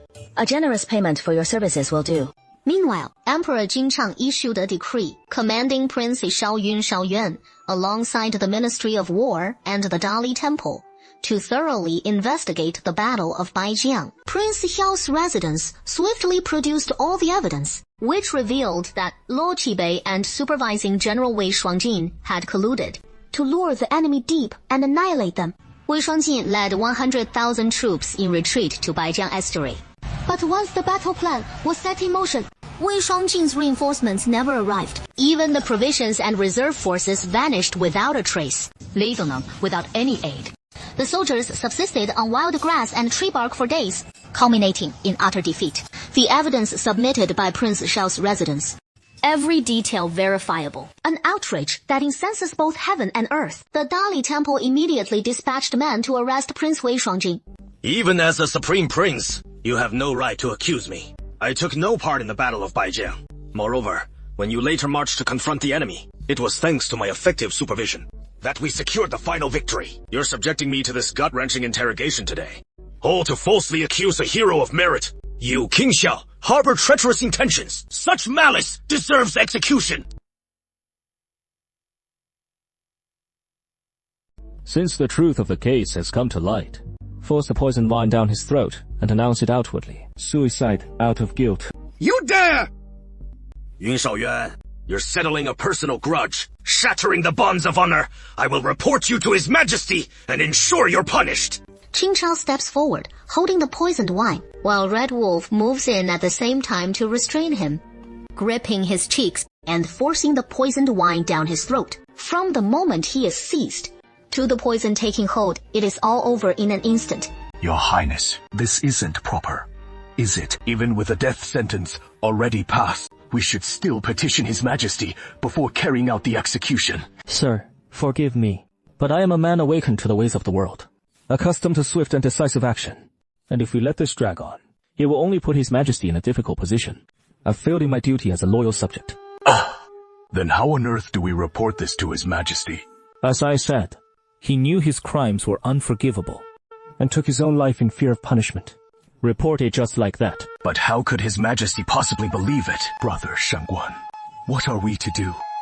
Brother Chen, no need to agonize. Since His Highness took his life right here in open court, he must have His Majesty's full understanding. Actually, this works out for the best. If we simply imprisoned him now without execution, the noble consort wouldn't stand idly by. And if trouble brews later, killing him would become impossible. For his own selfish gain, he doomed General Luo's tens of thousands of soldiers. And now, we simply execute him like this. Yet, it is still letting him off too easily. No other way. The Wei family has deep roots, hard to uproot. Only by striking swiftly to overwhelm the sluggish can we deliver justice to General Luo and his tens of thousands of soldiers. Your Highness had to act this way. It was truly a last resort. The intricacies here aren't so straightforward. If your Highness hadn't slain him on the spot, once imprisoned, he might slip through the noose. Wei Shuangjing dare to delay military intelligence. His heart is damnable. His crimes warrant 10,000 deaths. Considering the grievous sins he bears within, let him repent and end his life. Moreover, the noble consort has served the Empress Dowager with merit. I shall show mercy this once, spare his family from implication. Henceforth, no one shall speak of this case. Your Majesty's grace is boundless. Xinglan Palace. Yu Shaoyuan. Such seething hatred. This palace commits the murder of my kin to memory. Fail me, and I'll have you hacked to pieces. All these years of His Majesty's favor would be wasted. Your ladyship. That Luo Jingshu was originally betrothed to His Highness the King of Shu. Yet now she is merely a discarded wife. Now King Shao is set to wed her. So henceforth, Luo Jingshu will be His Highness the King of Shu's aunt. When His Highness encounters her, he'll have to bow. How utterly humiliating for him! Consort Wei's face grew cold and ruthless. His Majesty has decreed it, and it cannot be undone. What difference does becoming Princess Xiao make? A lone orphan girl from northern Zhou. Does she really think she can turn the world upside down? When Fanger encounters him, she won't even need to curtsy. But we can't let her get too smug about it. Your Majesty, don't forget, it all stems from her actions. If King Xiao hadn't botched the northern campaign, Second Master would never have met his end. You're absolutely right.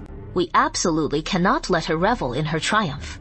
But now that she is married into the royal family, she'll have plenty of bitter lessons ahead. I shall summon her to the palace every single day to drill her in palace etiquette. I won't rest until I've worn her down to nothing. I swear it. Your Majesty, I have a proposal from my family. See if it might work. Speak. My niece Shallow has now reached marriageable age. You know her temperament well. Wild and untamed. No grace in music, chess, calligraphy, or painting. Her virtues are all fists and fury. She spends her days brawling and bullying. So fitting into royal household affairs would be challenging.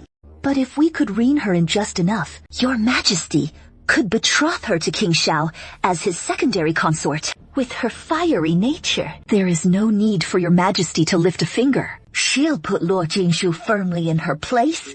Shallow's the one who apprenticed in martial arts from childhood. The very Wu Shallow who beat several maids to death.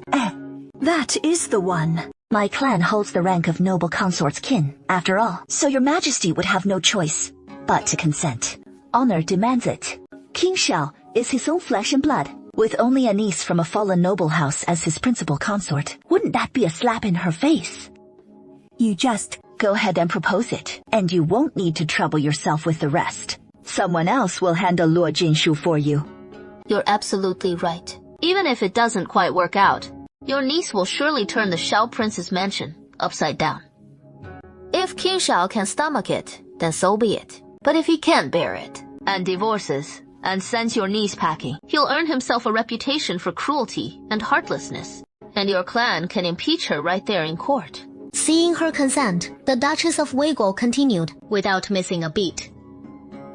Your ladyship, and as for the prince's side, shouldn't we arrange a side consort as well? The princess consort is gravely injured, though she did give birth, but word is her face is ruined now. She can hardly attend to the prince anymore. Do you have any suitable candidates in mind? Truth be told, ever since the princess consort got pregnant, I've been mulling this over.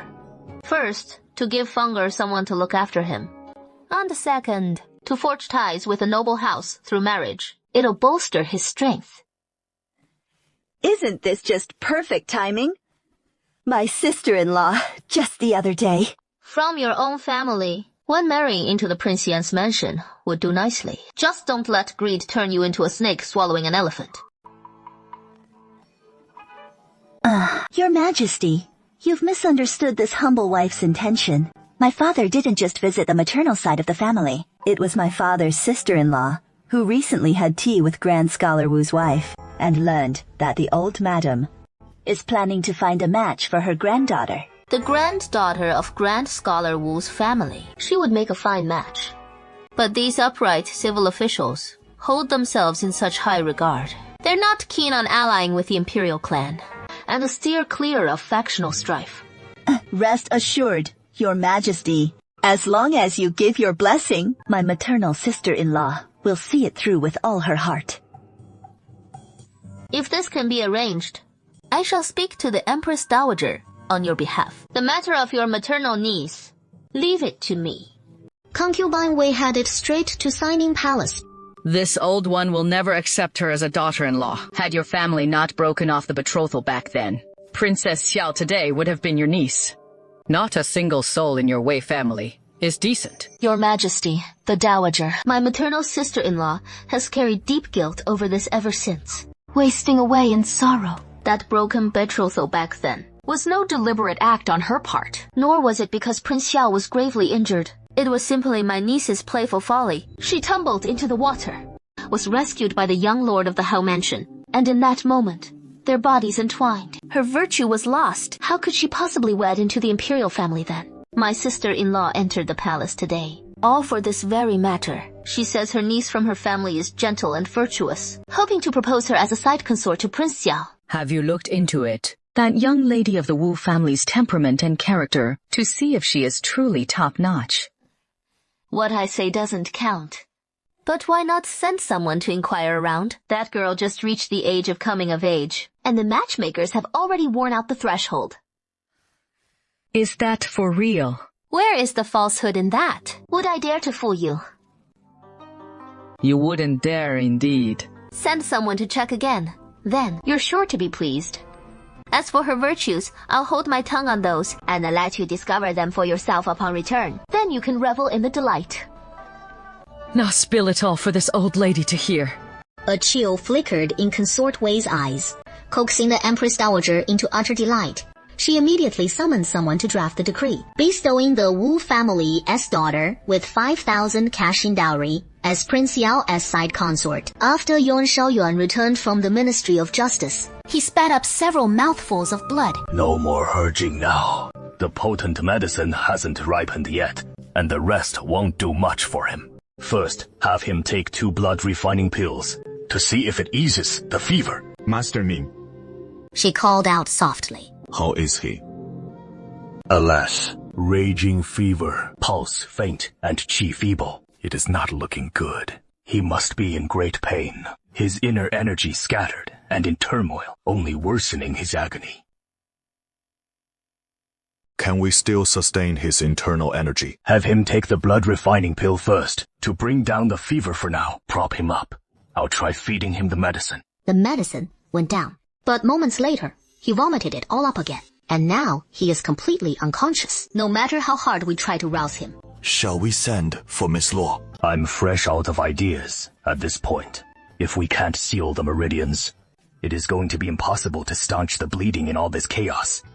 After stimulating the Ashi point, a gentle rush might only aggravate the injury. So, following Qing Xiao's advice, we've sent for Miss Law to take a look. Qing Xiao, hurry. Qing Xiao bolted out the door. Just as a messenger from the Empress Dowager arrived with an imperial edict, Mr. Min took the red-robed eunuch out to receive the decree. It was yet another marriage decree, but no one even glanced at the name of the side consort. They simply accepted it and sent the palace envoys on their way. Lest word of His Highness's dire injury reach the palace, the Empress Dowager's edict is simple enough to handle. After all, His Highness now has unrestricted access to the palace. Once he is awake, he can graciously decline the match. Sir, what is it? Why so flustered? Your Highness, it is bad. Dr. Q sent me to fetch Miss Law. How bad? The fever just won't break, and he has slipped into a deep coma, completely unresponsive. Qing Qiao finished, stepped forward, and cupped his hands in respect to Luo Jingshu. Miss, please come with me. Let's go. Besides the fever, What other symptoms have arisen? He has been vomiting non-stop and coughing up blood. Every retch brings up fresh blood. Luo Shu examined him carefully. Let's set aside the old ailment for now, and focus on the new symptoms. He is likely suffering from gastric hemorrhage. What medicine was he taking before? Does it particularly damage the stomach? Dr. Q pointed to the over 20 bottles of medicine on the table. Hey, it is all right there. Go take a look. 徐大夫, what medicines does His Highness mainly take? Tell me the medicinal properties and the targeted treatments. Dr. Zhu fetched the medicines and introduced them to Miss Luo one by one. This pain-relieving medicine can no longer be used, for it is extremely cold and toxic, and prolonged use will injure the vital organs, with the stomach bearing the brunt of the harm. So, when you mentioned the gastric hemorrhage just now, I immediately realized it was caused by this medicine. Miss, according to your suggestion, how should we prescribe medicine to staunch the bleeding now? I'll head back to Wuhan first to take a look, which will take about the time for an incense stick to burn. And once I'm back, I'll treat His Highness. He stands up and feels something hard underfoot, picks it up, opens it, and glances inside. It is an imperial edict inscribed on silk. Mr. Min knows he is now the prince betrothed by imperial decree, fearing that upon seeing the Empress Dowager's edict, he'd be displeased. And so he explains. His Highness likely disapproves, and once he awakens, this edict will probably be returned. But it is written. Can it be returned? His Highness will decide this matter himself. Miss, no need to worry. Huh? Is he angry? One never knows when he is pleased or when he is angry. It is impossible to discern. He always wears that impassive expression, making him seem profoundly inscrutable. Just like our young master. If it is really true, with our master's temperament, so aloof and detached, that would be quite a mess. The couple facing each other in awkward silence from then on, with nothing left to say. Let me see which young lady they've chosen as a side consort. Lan Ji leaned in for a closer look as well, his face paling in shock. 武前犬? I'm afraid the Empress Dowager has no clue that Wu Qianqian was put up to this by noble consort Wei. So how could she skip any investigation and just ship her off to the prince's residence like this, and as a side consort, no less? Mr. Min, can we send her back? The decree's already been issued. How could we possibly refuse it now? Wouldn't that just drag His Highness into a charge of filial impiety, playing right into their hands? We can't let that happen. Filial impiety is a grave offense. It is not merely a question of capital punishment or not, but once that charge of filial impiety lands, His Majesty could use it as pretext to revoke His Highness's palace entry token, barring him from any palace duties, and all those things we've done before. Wouldn't they all be for nothing? Zongse, actually shut down the system. Why don't you treat your wound first? Your forehead's injured. Time's running short. 10 minutes to get him to restart the system. Autologous therapy 10 minutes. At least bring down the fever. And contain the inflammation. And ideally, squeeze in 5 minutes of sleep. You're injured and still not sleeping. If you don't rest, you could drop dead from sudden cardiac arrest. Xinyi, can you at least wish for me to pull through? After all this chaos hauling back to the leisure zone, it'll take at least a few hours to get everything sorted. Miss, what would you like to eat? I'll have the kitchen prepare it for you.